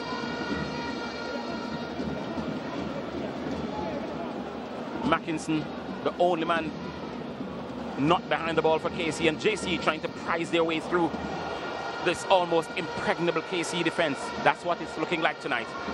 There is your goal scorer. Well, one of them. KC has gone further ahead via an own goal. Scuffle, players, coaches. It takes nothing to tick these two teams off. Absolutely nothing. It's always on the bubble with these two teams. And just now, we're seeing Nathan Hunter in the middle of this. And Reed is also a part of this flare-up. First flashpoint of the game, right on the hour mark. And referee Leon Brown is trying to sort things out with the assistant of his assistants. And they should get this one back to normal in short order. Ian Forbes, the manager, in the white cap there for JC. He's out there as well. The players have utmost respect for him. And the fans just looking, wondering what's going on. Are we going to spoil what has been a good game so far? Ludler Bernard just showing his team that he's in it as well. He wants to win this contest. Ewan Scott, who is in charge of this game, and he's trying to bring things under control, get things in order. Of course, the floor representative, Stephen Miller, is also in close proximity. McGee and Reed having a chat about it. And JC and the Kingston College substitutes are having a laugh about it. So they'll tell you at the end of the day, it's football. We've seen this all the time. The important thing is to get back to playing. Now the referee is having a chat with a player who is going to give a yellow card, who is not even on the field.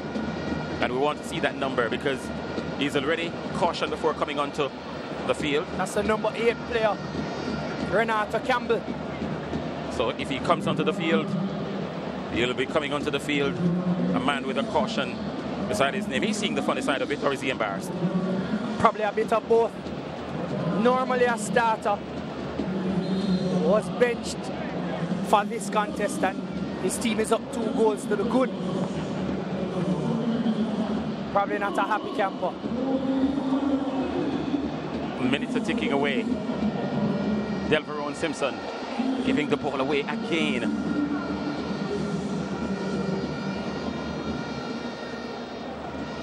Mullings, the tormentor in chief tonight.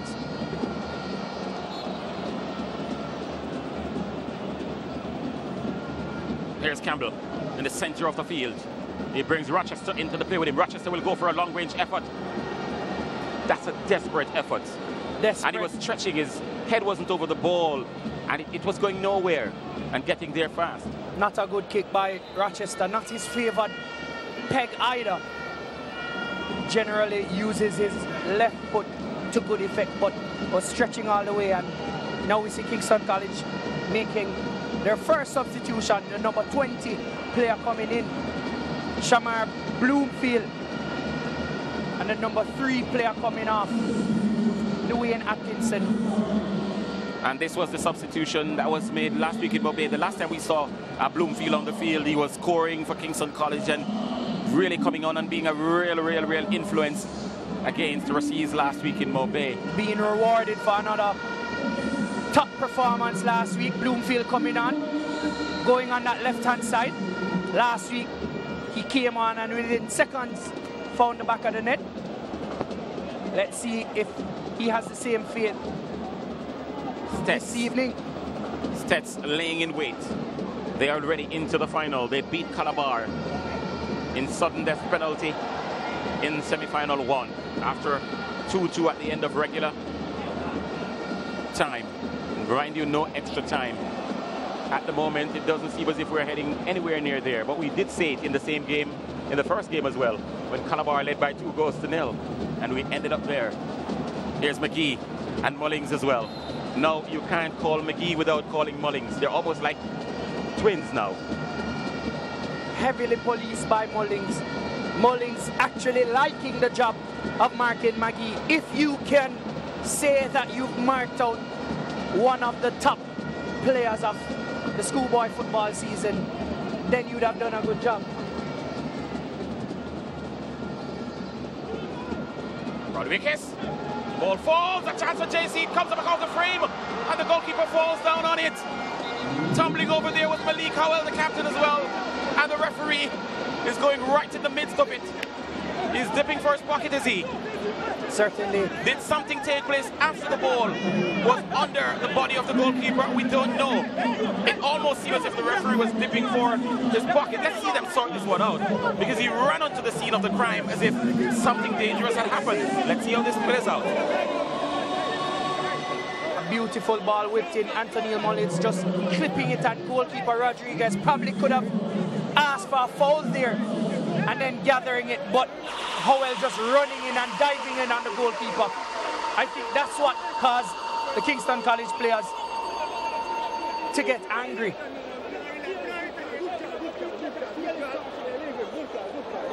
Was the ball dead, or was it still alive when Howell got there? It seems as if it was dead. Keeper was comfortable on it. But again, good sense prevailed. So far, referee Leon Brown would have been doing a very good job, because marshalling these two teams and the energies between them, it's no easy task. Priestley giving Grant a sprinting job, which he was unable to do effectively. Here's Campbell breaking away, a chance for Jamaica Collins to go 2-1. No! They're foiled by Rodriguez.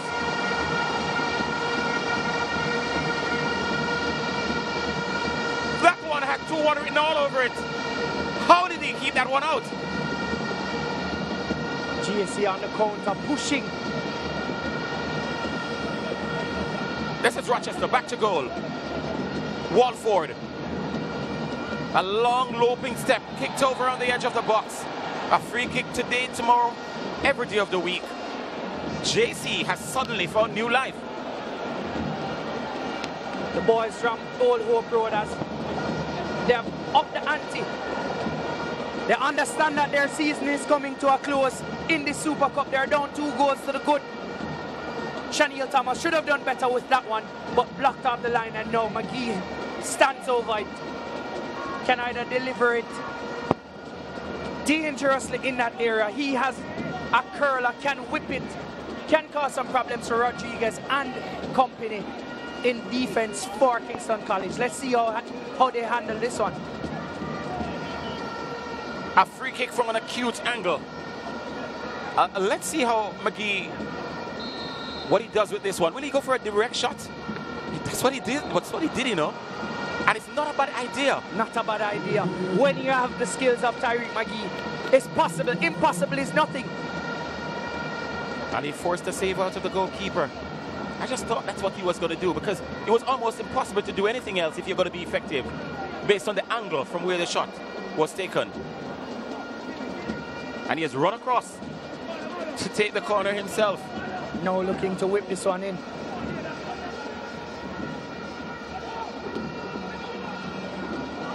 Howell, overhead kick. And guess who was there to stop that one? Anthony Mullins. Whipped at the near post. Mullins was there, equal to the task. The tormentor in chief. He's been having a brilliant game so far, and we can't overemphasize how well he's been performing.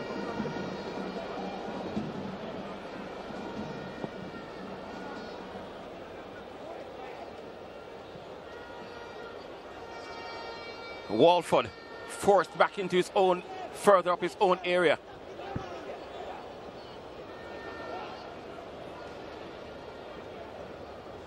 Here they come again, Kingston College. Free kick. Very easy call for referee Leon Brown. It happened right under his nose. Quickly taken. Reed cuts away from the goalkeeper. Ah!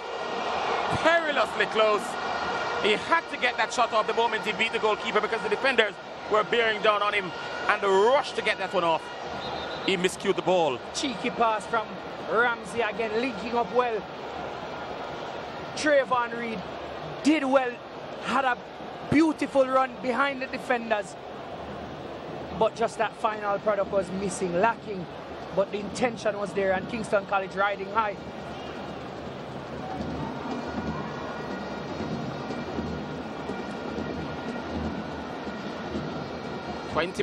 Under 20 minutes to save their Super Cup season, Jamaica College.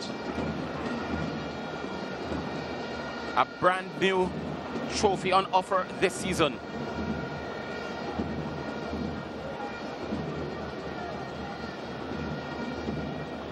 Free kick to JC. They've committed bodies forward.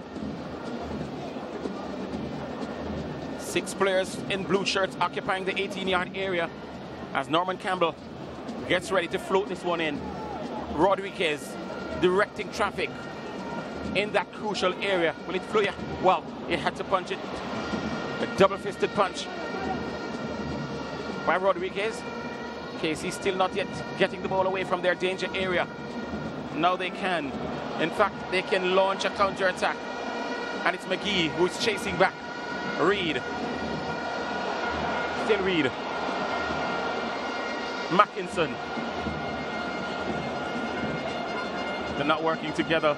The front line there for KC. Not linking up well. I'm sure the KC players would have wanted that back. Here's KC. Ramsey trying to turn on the style. Reed and Mackinson offside themselves. The assistant referee on the far side. Players now enjoying themselves. Horace Ramsey being that boss in the middle of the park, twisting and turning. He's having a game. Grant. Mackinson. Goalkeeper. Kari Williams. Easy take for him. McGee. Now to Rochester. Rochester having time even to beckon to Norman Campbell to get himself in a good position to accept the football. And the attack continues for JC, courtesy of Walford.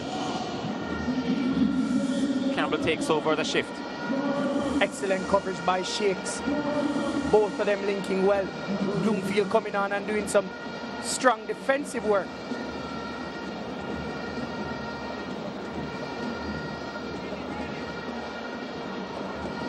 Clearance by Brown, the captain. Mackinson. I wonder if a goal is in the game for him. Being crowded out all game long, but still just trying to stay in the contest. Similarly to what we're seeing with Tyreek McGee, Mackinson is having one of those games where he's been frustrated. And Norman Campbell taking the ball out of that crowded area. Jamaica College making another substitution. Devoy Daly will be summoned to duty. In the meantime, Rochester and McGee linking up well. Norman Campbell a part of that as well. Chenille Thomas just pushing over Anthony Mullings. Going all the way through the players' back. Positionally aware, Anthony Mullings again being in that right place at the right time.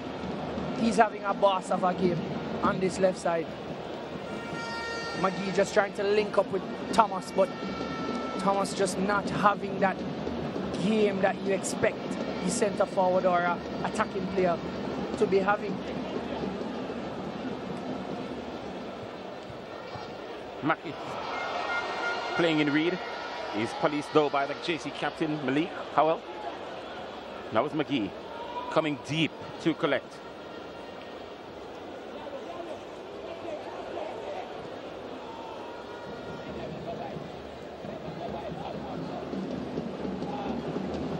Bloomfield, the substitute, did the very same thing last week in Mopay. Came on and excited the crowd. Just now unable to keep it in. Throw over the far side to JC. On that far side, Bloomfield just putting in a heavy shift. You see another substitution now being made by Jamaica College. Devoy Davy. Devoy Davy coming on. Daly.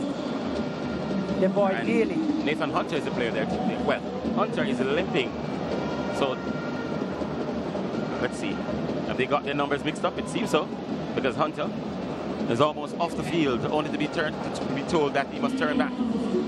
So who is Daly going to replace? Number 4 player, Delveron Simpson. Delveron Simpson is the player to make way, and he's exiting the field over on the far side, just not to hold up the time. And now Daly is on.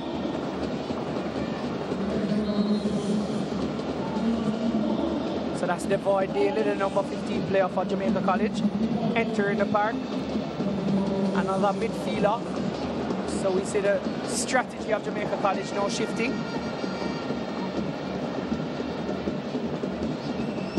They're down 2 goals to the good. Behind the 8 ball, they're now employing some attacking players, pulling some defensive players, and going for some attacking players. Throw to Kingston College, and they've taken a day to get over here. This is Mullings.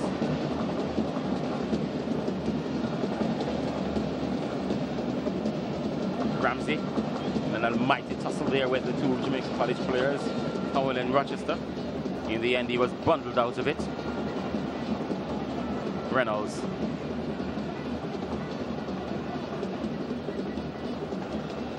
If KC should go on to win this game tonight, it would feel like they've won the Super Cup. That's how victory over Jamaica College would feel, and vice versa. Such is the rivalry. This is McGee. Good control. Oh, the end product was disappointing. Sums up his night, sums up the entire GSE performance. That ball was played sumptuously to him over the top. A player of McGee's quality should have done way, way better with that one. Albeit left-footed, but the ball was played to him. Should have either gone direct on goal or passed back that one to an unrushing player, but he went for the side netting essentially. Another substitution here by Kingston College, and they're bringing on their number 7 man, Omar Thompson, and Trayvon Reed will be the player substituted. Good shift from Trayvon. Excellent shift by the number 11 player. Impact player normally comes off the bench, but was trusted with the responsibility of starting and running at the defenders from Jamaica College. Definitely doing what he's supposed to do. Still earning himself a yellow card though. Yes, gets a congratulatory hug there, Trayvon. It's taking too long to come off the park. Clearly Leon Brown thought he was trying to waste more time than necessary. So Reed getting himself in the book of Leon Brown.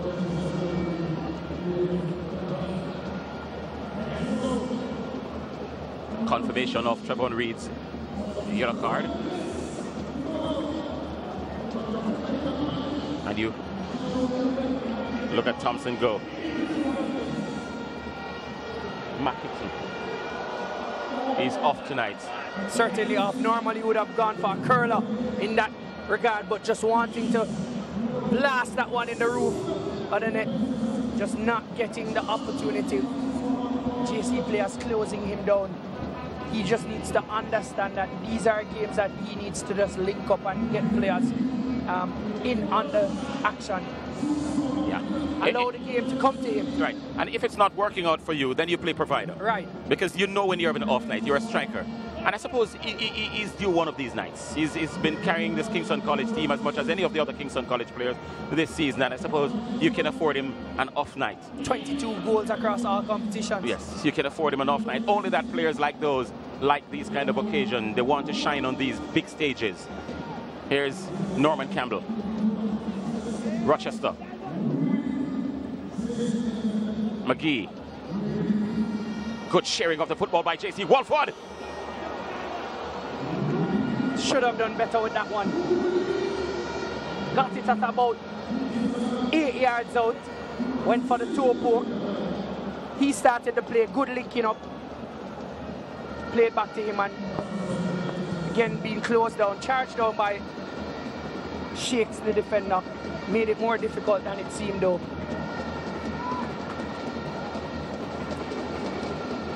So, Coach Bernard shouting instructions from the sideline, knowing all too well that This is a JC team he can't let up on. And Ludlow Bernard all week has been very, very focused. He's been called for interviews by various media entities, and he says, listen, my mind is on only one thing, and that's the Flow Super Cup semi-final against Jamaica College. And if he should go on to win tonight, I'm sure he'll have a very, very, very good night's sleep. Thompson. Still Thompson. And the Kingston College fans happy about that.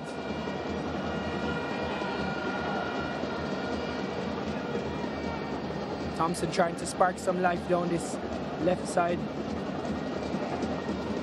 So under 10 minutes to go in normal time, and the Kingston College now have 1 foot in the Flow Super Cup final, and if they manage to put the other foot in, then they'll take on St. Elizabeth Technical next week at a venue to be decided.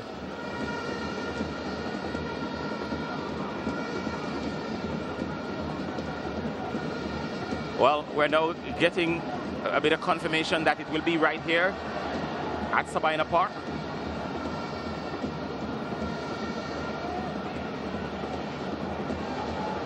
Norman Campbell. Good effort. There's still life left in this JC team. Still life.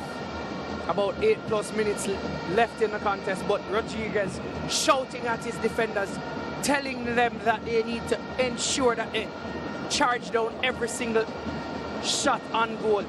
Campbell now breaking free on that left-hand side, but just not able to deliver that final product. Both himself and McGee, they've been having off nights.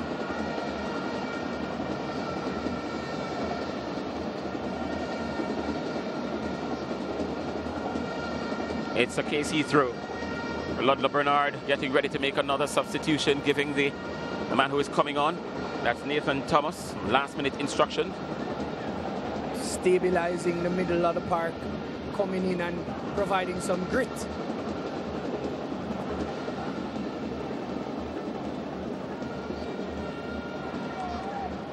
Normally a starter, Nathan Thomas was left out of the fixture.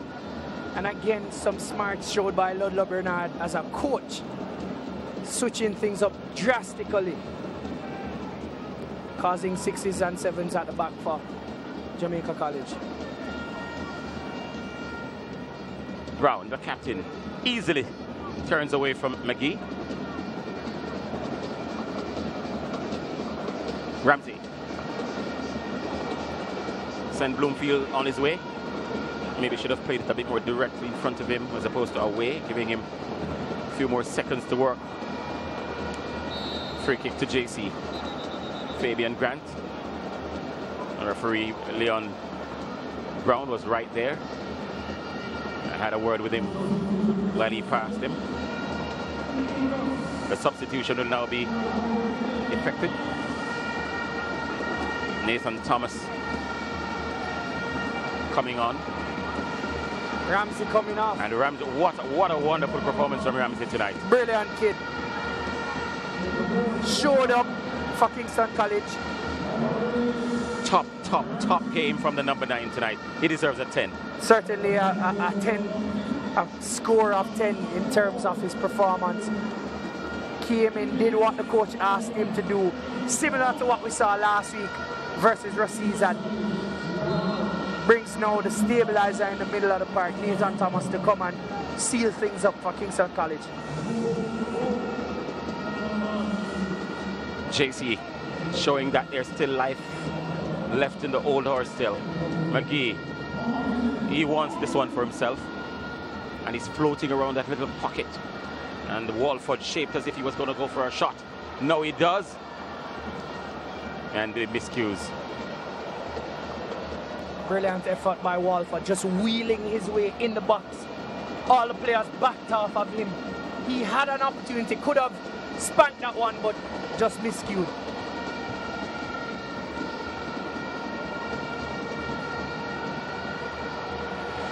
Here's a chance for Bloomfield. Good save by Kari Williams. JC was almost dead and buried. That third goal would have killed them off, definitely. But it was a good intervention, not even by the goalkeeper, Kari Williams, to keep the score at 2-0. Bloomfield should have done better with that one. Was played in.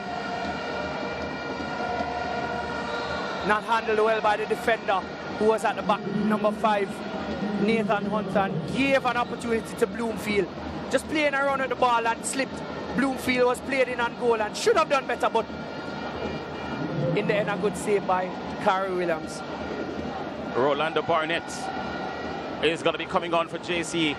And if I was reading the lips of Miguel Coley correctly, I heard him say number 5, which means he could be taking off Nathan Hunter. But let's see. Or maybe he was asking if there was 5 minutes remaining. But he did say a 5. Let's see though. Let's not second guess the coach. Dangerous position. Maggie stands over this one.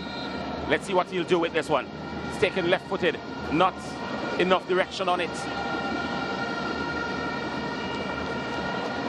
Frustrated performance from Tyreek Magee. Went up and over, tried a curler. But Rodriguez had it covered all the way. So Kingston College merely 4 minutes away from booking officially, let me say officially, a spot in the Flow Super Cup, because you get the impression they've already done so. The substitution will now be made. And Chanel Thomas has been sacrificed. So he was actually inquiring about the time that's left in the game. And at the time when he thought about the substitution, it was 5 minutes remaining. So JC still has the match of the Manning Cup semi-final. And at the end of tonight, if the scoreline holds, then no school in schoolboy football this season can win all 4.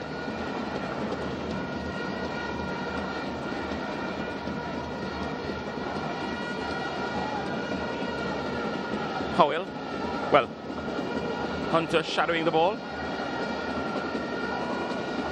Tajay Reynolds strings it across the field. Ball just rolling nicely to Walford. McGee was trying to be a part of the action there, didn't work out for him. JC keeps possession. Williams, who is largely responsible for the score being 2-0 now, because really Bloomfield really should have buried that one. Referee playing the advantage. Thorpe. Still Thorpe. No McGee. And Rodriguez didn't need to move at all. Comfortably collecting that one. McGee just trying to serve up a ball played over the top. So next week, right here at the same venue. And it's another card. It's a yellow card to Walford. Going all the way in on the number 14 player, Trey Bennett. So we're just merely minutes away from the final rights. Kingston College. So we have just about 2 minutes normal time, then 3 minutes of added time. So Kingston College in total 5 minutes away from officially booking their spot in the Flow Super Cup final. It will be their first, so we'll have 2 first-time finalists and a new champion. We already know that a new champion will be crowned. What we now know is that a first-time champion will be crowned as well. So Kingston College just waiting to get the celebration on the way.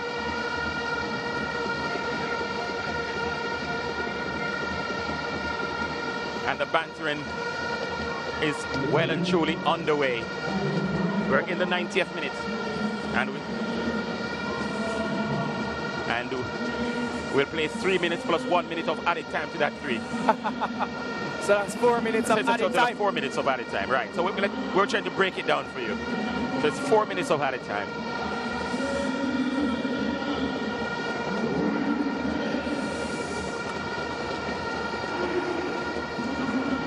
So the vuvuzelas you hear going off in the distance, we don't need to tell you who they're going off by and for. It's the famed Purples. They have just a small matter of a few meters to walk to get home tonight. And it's going to be a merry, merry walk. We're now into added time and the confirmation of the 4 minutes of added time being displayed on the fourth official's numbers chart. And we've been treated to a game of technical efficiency by Kingston College tonight. And that is why they are going to the final, and they are going there to meet St. Elizabeth Technical High School. There's Mullings. He will get an extra piece of chicken tonight at dinner. He's really done an absolutely fantastic job. In the main, he was largely responsible for JC's off performance tonight, simply because he stopped this man, McGee. Rodriguez just punching behind. Another corner. Certainly my man of the game, Anthony Mullins, did a very big job of marking Tyree McGee and coming up trumps. Here's another. Ah! Jamaica College! There's still life in this one. The celebration is almost muted because they know that they still have a long way to go, and it's long because of the time that's remaining. It's 2-1. Malik Howell, the captain, getting the final touch on that one. Fighting all the way to the end. Howell, second time asking. A cross was played in by Tyree McGee. Rodriguez didn't handle that well, and Malik Howell just jumped, challenged for that one. Ball ended up in the back of the net. Is it too late?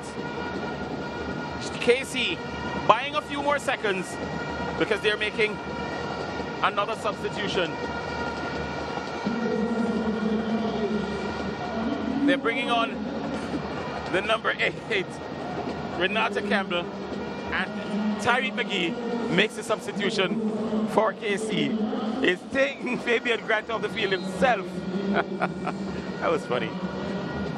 Pushing, understanding that there is some life left into this contest.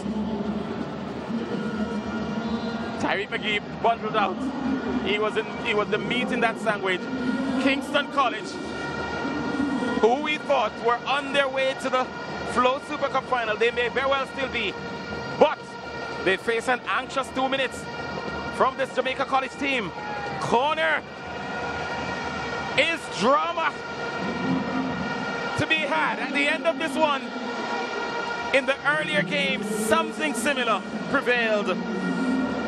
Jamaica College, they're not dead. They have 90 seconds to force penalties. And I'm surprised that not all the JC players are in the box. Tantalizing corner. And Kingston College managing to get away from that one. This is Norman Campbell. Will he get a shot? He's inviting the tackle. He's darting to the box. Howell needs a good cross. Jamaica College still alive in the box. They were trying to settle for a corner, but well done by the Kingston College defense, and a free kick won by Jamaica College. Now everybody's gonna come back, I'm sure. Anxious moments, nervy. Why is the goalkeeper not there? You can't, there's nothing else he can do. We're on the 4 minutes. End. We're on the 4 minutes. About 15 seconds to the good.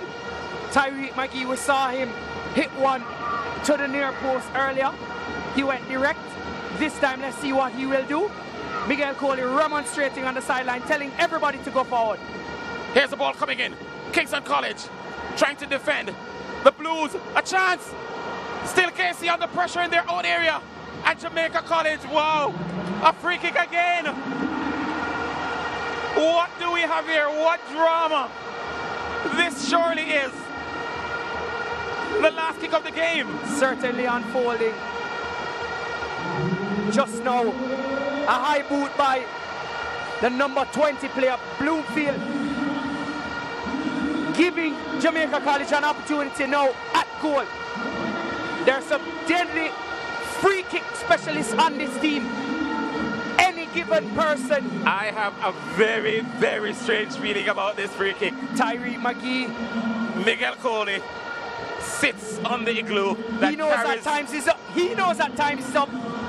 He knows that this is the last kick of the contest. This is the moment Nervous. that players like McGee, that players like Kahim Paris, that players like Rashawn Mackison live for. The entire Sabina Park and the thousands, possibly millions, watching up and down the Caribbean. Look at one man, Tyreek McGee! What a wonderful goal from the little number 10. He produces moments like these every time, every day. And just now, we're seeing one outstanding free kick. Well, guess what? Let's pull it back. Offside. Offside being called by the referee. The referee. And drama unfolding here, Wayne. Drama of the highest quality. I'm done. I'm gone. Offside called by the first assistant, Terence McKenzie. I am done. This is a drunk mic moment. And I tell you what, we're not leaving Sabina Park tonight. We're not going to leave here tonight. The Jamaica College team, they're not about to accept it. The game is over. Kingston College are through to the Flow Super Cup final. What drama! This is not going to end nicely tonight, I can tell you, because the Jamaica College management, coaching staff, players, and I suppose it filters over into the spectators. What drama! Was that an offside call, Wayne, or was that a foul? We need to see it again. It because seems that there was a foul being called. I was focusing more on the celebration from McGee because we thought it was a legitimate goal. Seems like there was a foul and not necessarily any other call, because that was a direct free kick. It ended up in the back of the net, but the flag of the first assistant was always up. And again, Leon Brown made the call. I'm just a bit surprised that it took the officials such a long time to have security around them, because this kind of finish deserves the officials to be secured. Now the police officers have come onto the field to meet them. Ian Forbes, the manager for JC, is ballistic. Furious. Look again, just look at it. Brian and the crew, could you just bring that back for us? Again, slow motion, Brian. So that was a free kick direct on goal. It went to the back of the net. Players remonstrating. I'm not certain what the call was. Was the call an offside? Was the call a foul? Okay. I'm hearing from the stadium announcer. He says it was supposed to be an indirect free kick. It should not have been a direct free kick. And that is why he called it back. That's what we're hearing from the stadium announcer. We're not sure. An indirect free kick. Yeah, what does an indirect free kick mean? A player has to touch the football before it is hit by another player. Right. And as I say, let us just put this forward. We're hearing this from the stadium announcer. Is that an official word? It seems to be. Yes, and that is why I'm waiting, because apparently the stadium announcer went to the referee, and the referee told him, apparently, because he wouldn't have been saying it in front of so many people, the stadium announcer is just announcing that the referee told him that it was an indirect free kick. And as Owen just explained, that was a direct free kick, and if it is so, then that it is an illegitimate goal. Was that explained to the players of Jamaica College when the call was made? Again, a lot of questions left to be asked. A difficult way to end a game, but it's always going to be high intensity, high rivalry whenever these two teams play. Jamaica College complaining, remonstrating, asking a lot of questions. Coaches, players, supporters, they're questioning the purple side of the fence. The purples are jubilant. If we could just pick up Tyreek McGee, our camera personnel, that would be nice. He's inconsolable. Darren Virtue, a former Jamaica College player, is trying his best to take the young star away from it all. Is inconsolable, is incandescent with rage. What a moment. We're still trying to... There he is. He's disappeared under the dugout. The security personnel are still standing close by. The officials are still on the field, and it's the best thing for them to do, just to remain there where the security is. As we look at Tyreek McGee, making his way back onto the field, and he falls over. Look at him. Agonizing. Very painful. He thought that he gave Jamaica College a lifeline. It was a beautifully struck free kick. However, what we're getting from the stadium announcers is that... Oh, let's take a break from all of that and look back at what transpired and what led up to that very, very crucial moment in the game. Second half highlights. Anthony Mullins, who had a wonderful game, delivered one. And Atkins, a while on the park, just bounced to him. All right, there you go. That is it. The second goal for KC came off Walford, apparently. And it might go down as an own goal. It will go down as an own goal. But Kingston College will take it anyway. And those in purple and white were just going crazy.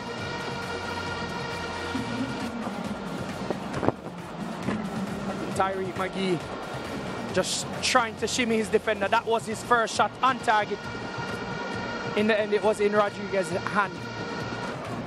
Again, McGee just delivering this one, and this was a difficult call for Rodriguez to make. Had that one, and then Malik Howell just followed up, but KC kept knocking at the doorsteps. They were defending, they were trying. That one fell to Reed. He wanted that one back, understanding that it was a good opportunity for him, but just wasn't able to deliver. And then McGee, many times over, you would have bet that he would have made that one counted, but just wasn't able to do so. And then GSC had some good looks. Second half, they turned it up. But then this was the goal. Across, Rodriguez didn't handle well, and Captain Malik Howell came in very deliberate and headed that one home. That was 2-1 with about 3 minutes left. And that's how it ended. KC still, the fans of Kingston College still not certain how the turnout of the game is going to be. But as we have it unofficially, or officially rather, Kingston College goals 2, Jamaica College goal 1.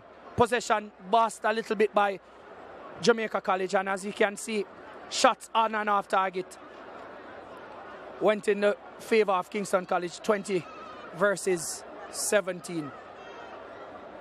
Yellow cards, Kingston College had 3, Jamaica College had 1, but the statistic at the top is what matters most. At the end of it all, Kingston College 2, Jamaica College 1. So I understand that Wayne Walker now has winning coach Ludlow Bernard. He's on the sidelines. Wayne? All right, so we're here with Ludlow Bernard, the coach of the winning team tonight, Kingston College. They beat Jamaica College 2-1. The result, yes, but what happened with the very last kick of the game is what's going to reverberate around the Caribbean, not only here in Jamaica, because I've never seen anything like that. First of all, coach, congratulations. Let me get that out of the way. Congratulations on your victory tonight. Yeah, man, well played, Kingston College. Brave may fall, but never yield. We live to fight another day. JC gave it all. At the end, we expected it. I think we could have been a little bit more better organized defensively in really protecting the 2-0 lead, but we conceded very late in the game and we actually put some pressure on ourselves. But I'm very elated for the win, and I feel very fortunate tonight. You got your tactic right, did you not? Let's just say I got it right today. Mullins, what a job. And McGee. You know, Wayne, I would want to say more, but I'm not going to say it because there's another possibility. Of you playing them again. But we just like the Jamaica College coach, we did our work. It was a good tactical battle out there between us both. And at the end of the day, it's only unfortunate that one of us has to lose. No, to that moment. did you inquire? Well, you were the winners. You had no reason to. Prior to that kick being taken, my assistant on the sideline kept saying indirect, indirect, indirect, because he saw the hand signal as at the time. Right? So when we saw him kick, he was the first one to jump up and said no goal. Right? I probably didn't see it at the time and probably would have conceded a goal at the time.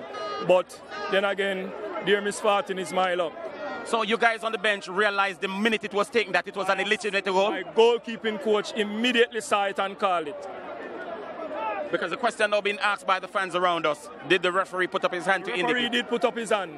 Immediately as he placed his hand in the air, my goalkeeping coach, he recognized it and he shouted to me and he shouted to the boys, indirect, indirect, it has to pass, it has to pass.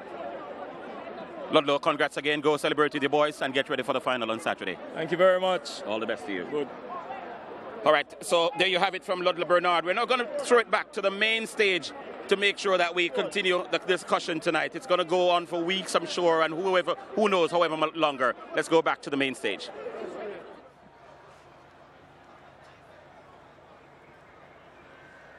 Alrighty then, what an occasion.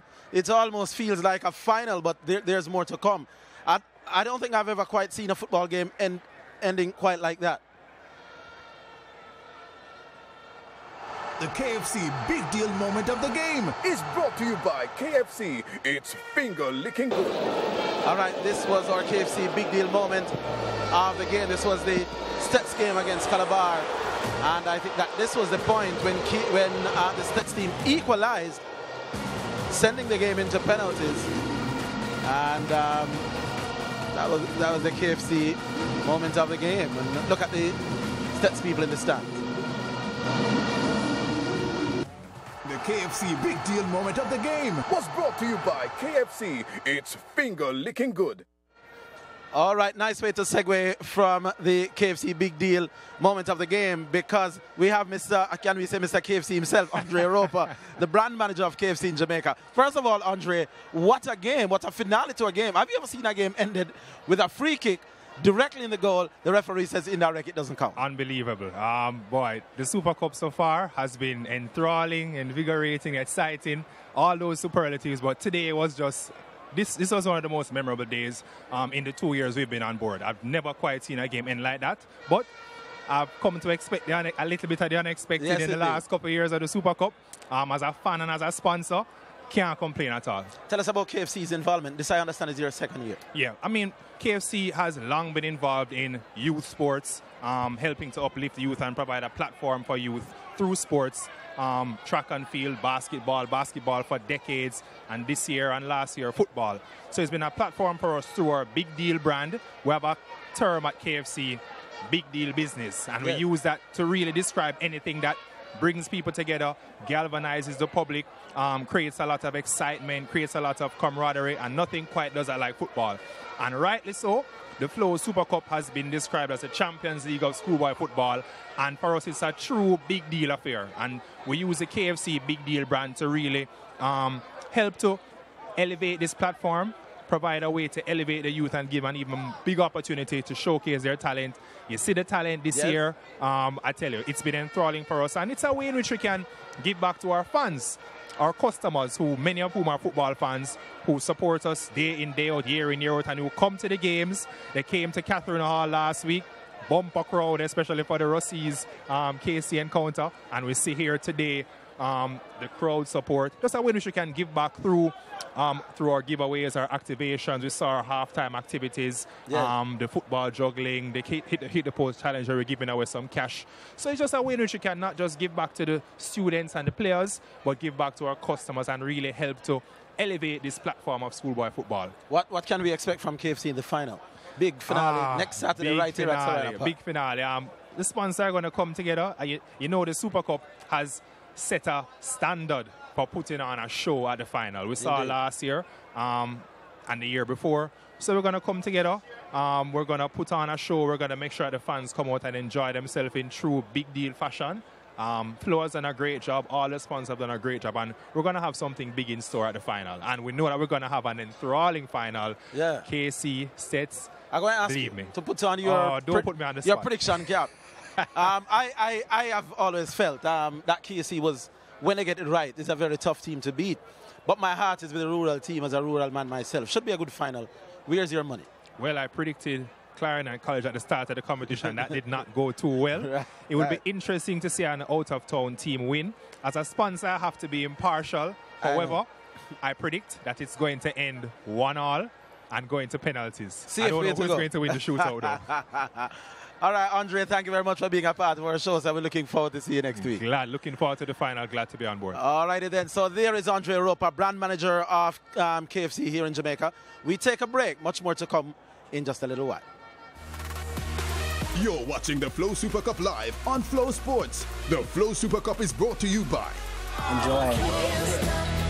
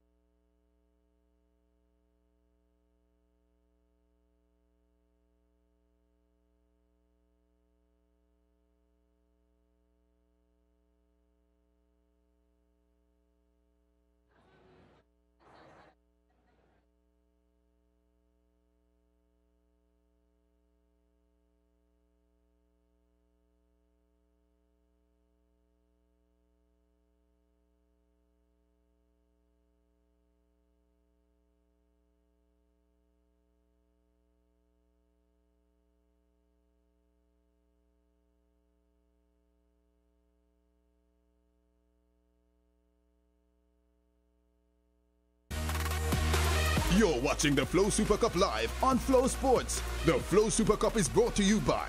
Oh, without you now, this is what it feels like.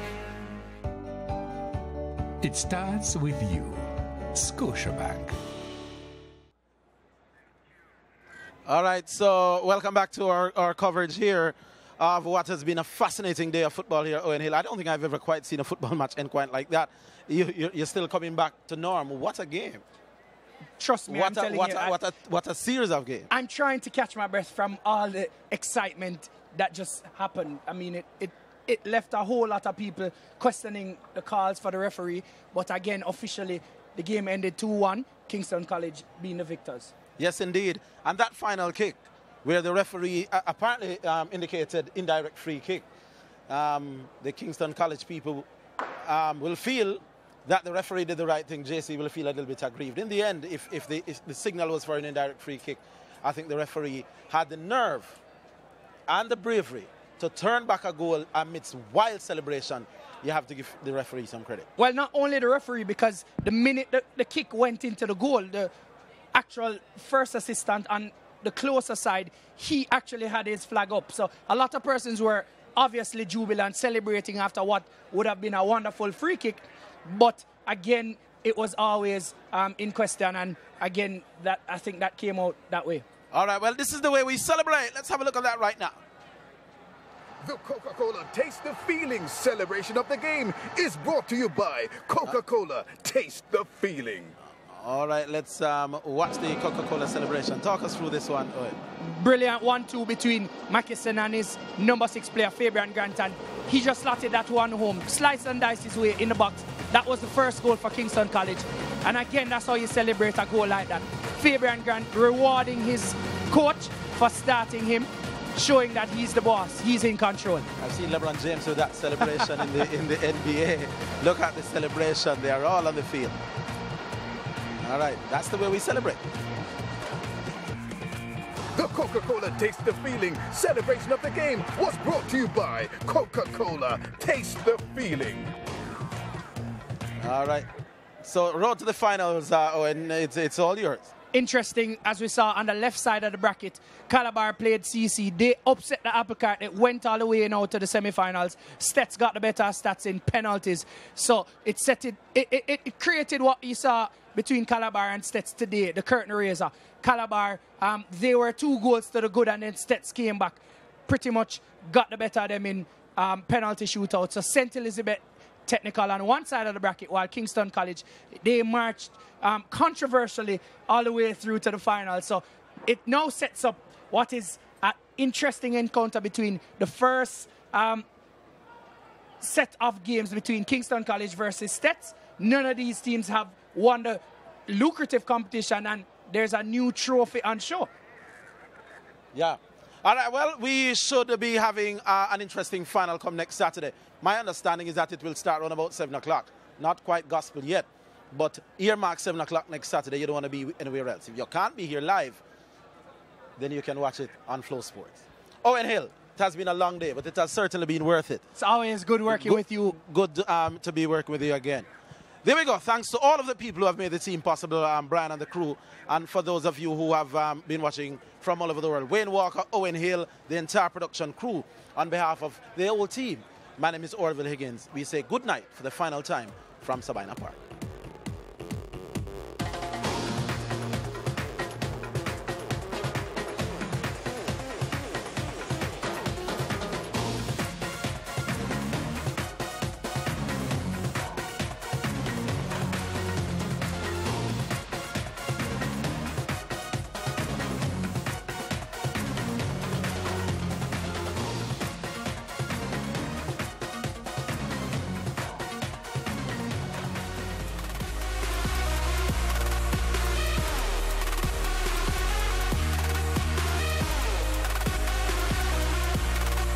For watching the live broadcast of the Flow Super Cup exclusively on Flow Sports. The Flow Super Cup is brought to you by Enjoy.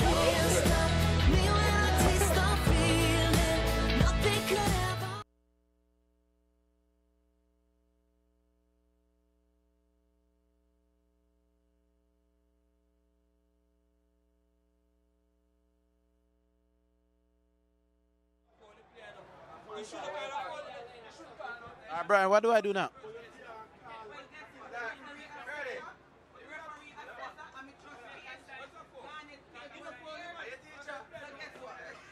I'm not hearing you now, Brian. 1, 2, 3, 1, 2, 3.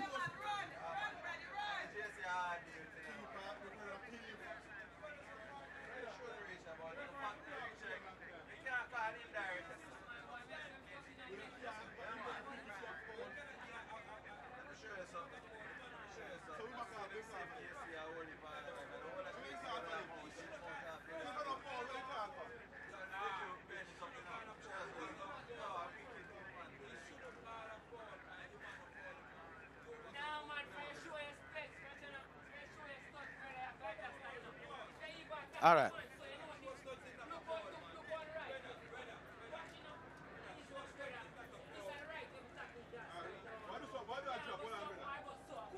All right, cool.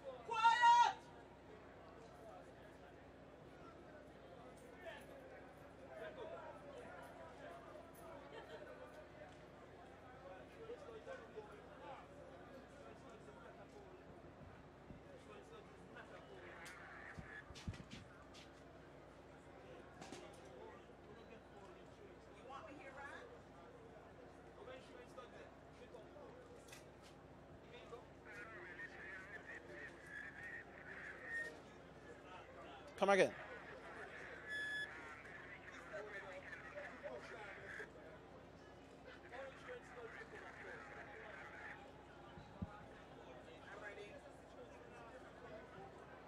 All right, this weekend was a great weekend on Flow Sports. We saw two extremely good football matches worth going miles to see. First, we saw Stets taking on Calabar in the opening encounter, and it was the kind of football match that was mouth-watering and was so easy on the eye. First of all, Calabar jumped into a 2-0 lead, and we thought that St. Elizabeth Technical were dead and buried.